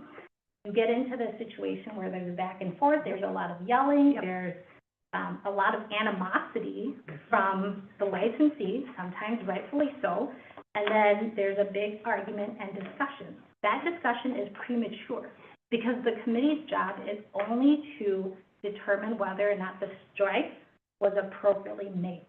If it was issued in error, if you call them in, but it turns out it wasn't a violation or it was completely uncalled for, then you should rescind it. But if you call them in and they say, well, yes, that happened, but I fixed the problem, great, leave the strike. Don't take it away just because they fixed the problem, because if it happens again a month later, they come back before you and you're in the same spot and all you've done is remove the first strike and now we're back to square one. So it's just really important to, again, uniformly and consistently apply these rules. The committee created this system. The Common Council approved it. So that's what you have to work with, and your job is really to implement these rules. The other thing I want to mention about the due process is once you get to the point where there's 2 strikes within 6 months or 3 strikes within a 1-year period, it goes to my office. That's my opportunity to review the allegations to determine whether or not it is sufficient in terms of proof before I go to the summons and complaint. If I review all of it and I don't have the proof, or I determine that the allegations are unfounded, then I can't move on to the next process. But assuming I found that the allegations are sufficient, I usually talk with the police department. I get details from them as to how big of a problem this is, and that will determine whether or not we move to due process. If they say, yes, it's been a problem, but they're working with us, and here are the things that we can do to fix it, I will reach out to the licensee. We will have to set up an agreement, a settlement, and that would address whatever the issue is, maybe calling for a couple of days of suspension, a couple of weeks, a couple of months, whatever the case. It would go back before the committee and the Common Council, and you can decide whether to reject that agreement or approve it. So if I decide, or if a settlement is not possible or inappropriate, I would then draft a summons and complaint. It would go before the Due Process Board, which is made up of 5 members, 1 alder, I believe, and 3 or 4 citizen members. They would convene, they would listen to all of the evidence. The parties are usually represented in that case, so it's a full hearing. And then after listening to the evidence, they determine whether or not the violations are true and whether it's appropriate to suspend or revoke. So there are a lot of cases where they find that the allegations are true, but it's not to the point where we should revoke. So they'll recommend a suspension, and they can recommend a suspension anywhere from 10 days up to 90 days. And that, again, would go before the common council for approval. So when I say due process, it doesn't mean revocation. It doesn't mean that their license gets taken away. That's why you shouldn't be afraid to leave these strikes on. Let the system work, because then we get everyone the same result, and then we get to the appropriate result in the end, but it doesn't always mean revocation. So, A couple of questions Yes. on this, Lou. So the alderman that's appointed to the due process board is not a member of the PSL committee, Correct. and that's by ordinance Yes. and by design? Yes. Yep. And then the other thing, if there are 3 strikes, it comes to your office and you find that there's not evidence to warrant an agreement or due process, what happens then? I work on a settlement with them. I meet with them to try to address whatever the issues is, and we come to an agreement, and then hopefully we get that approved by the council. So there's always an agreement? I always try to, because whatever the reasoning is, whether or not I can prove it, there is an issue, so we try to address the issue. All right, I think I covered all of that already. Mobile food establishments, I think that's all I have to say about alcohol, unless you have any specific questions. Just really quickly on mobile food establishments, which are food trucks, earlier this year, the committee and the common council passed a new ordinance. So effective March 26, 2025, food trucks cannot operate within the city of Racine from the hours of 1 a.m. to 6 a.m. This applies to food trucks that are anything that's a moving vehicle, a push cart, stand, trailer, truck, or boat, or any other unit where food is sold or served, and it applies both in private and public property. So just the committee knows that. And then we also amended the ordinance earlier, I think it was maybe at the end of last year, so that they can also be qualified as a chronic nuisance as well. So if it's a mobile food establishment and they have 3 or more calls for nuisance activities within a 60-day period, they can still be declared a nuisance, a chronic nuisance by the Racine Police Department. Legislative updates. So there was a big law with respect to alcohol and licensing that was passed at the end of 2023, and some of those changes are still being rolled out. So municipal licenses requiring vaping products, you'll see that all your license application is now for for cigarettes and tobaccos. It used to be that we only require licenses for cigarette and tobacco. Now we also require it for vaping products. So you'll see that line in there. That was effective early last year. Full service retailers, we talked about already. Operators permits, we talked about already, being issued by DOR. And then you might see coming soon, not effective until early next year, no sales event venues. These are basically wedding barns. They can have up to 6 events a year, once a month, for events where they can allow consumption of alcohol without a license. They just have to get a permit from the DOR. All right. I'll try to keep it as brief as I can. I think I've made all my points. Are there any questions at all? Not from me. All right. Thank you, committee members. I really appreciate it. Mary, may I ask one question? Yep. And this has been brought up to me by multiple people, and I was just wondering, with a bartending license, right? Can an establishment that has like a tobacco or any kind of license like that, let's say they're having an event, and I'm a licensed bartender, someone's a licensed bartender, right? Are they allowed, if they don't sell alcohol, how would they get a permit to actually serve it by giving it away if it's not consumed on property? Since we're going through all this, I was gonna get a hold of you later on and. Yeah, can you do that? It's been a really long night. I didn't know if she wanted I to just date have- it or she did. Said that you were gonna get Alder Anything. Pabon? Pabon. Pabon is fine. Pabon. Thank you. Alder Pabon, a booklet, and Please. you also PDF one for Alderman Fraser. Yes. But I don't know how long he's gonna be absent. Sure. I can certainly. Can we also find out how long he will be absent? And then, I can ask around for you. okay, thank you. 3 months. And that's it, except for, our next meeting. I would like to have a discussion on the agenda if the committee members' preference to continue to meet on Wednesday night, or if there's another night that would work better for all. So we can have that discussion, at our next meeting, if you could put that on the agenda. So, like a communication to go? No, I don't think we need a communication to discuss. I think. Just a discussion? Yes, we would need a specific communication. Ah, crying out loud. Who do I give? I can work with you. My motion to You can adjourn. just, you can just say yes. May I motion to adjourn? Oh, I need a motion for the item. We just, because this was an item that, To put into Motion communication. to approve would be appropriate. Okay, motion to approve. We have a motion to approve the presentation from the attorney's office. Second. And we have a second. Any discussion on that motion? All Nope. those in favor say aye. Aye. Any opposed? Renee? Motion to adjourn would be appropriate. Motion to adjourn? Second. We don't need a second. I'm out. Okay.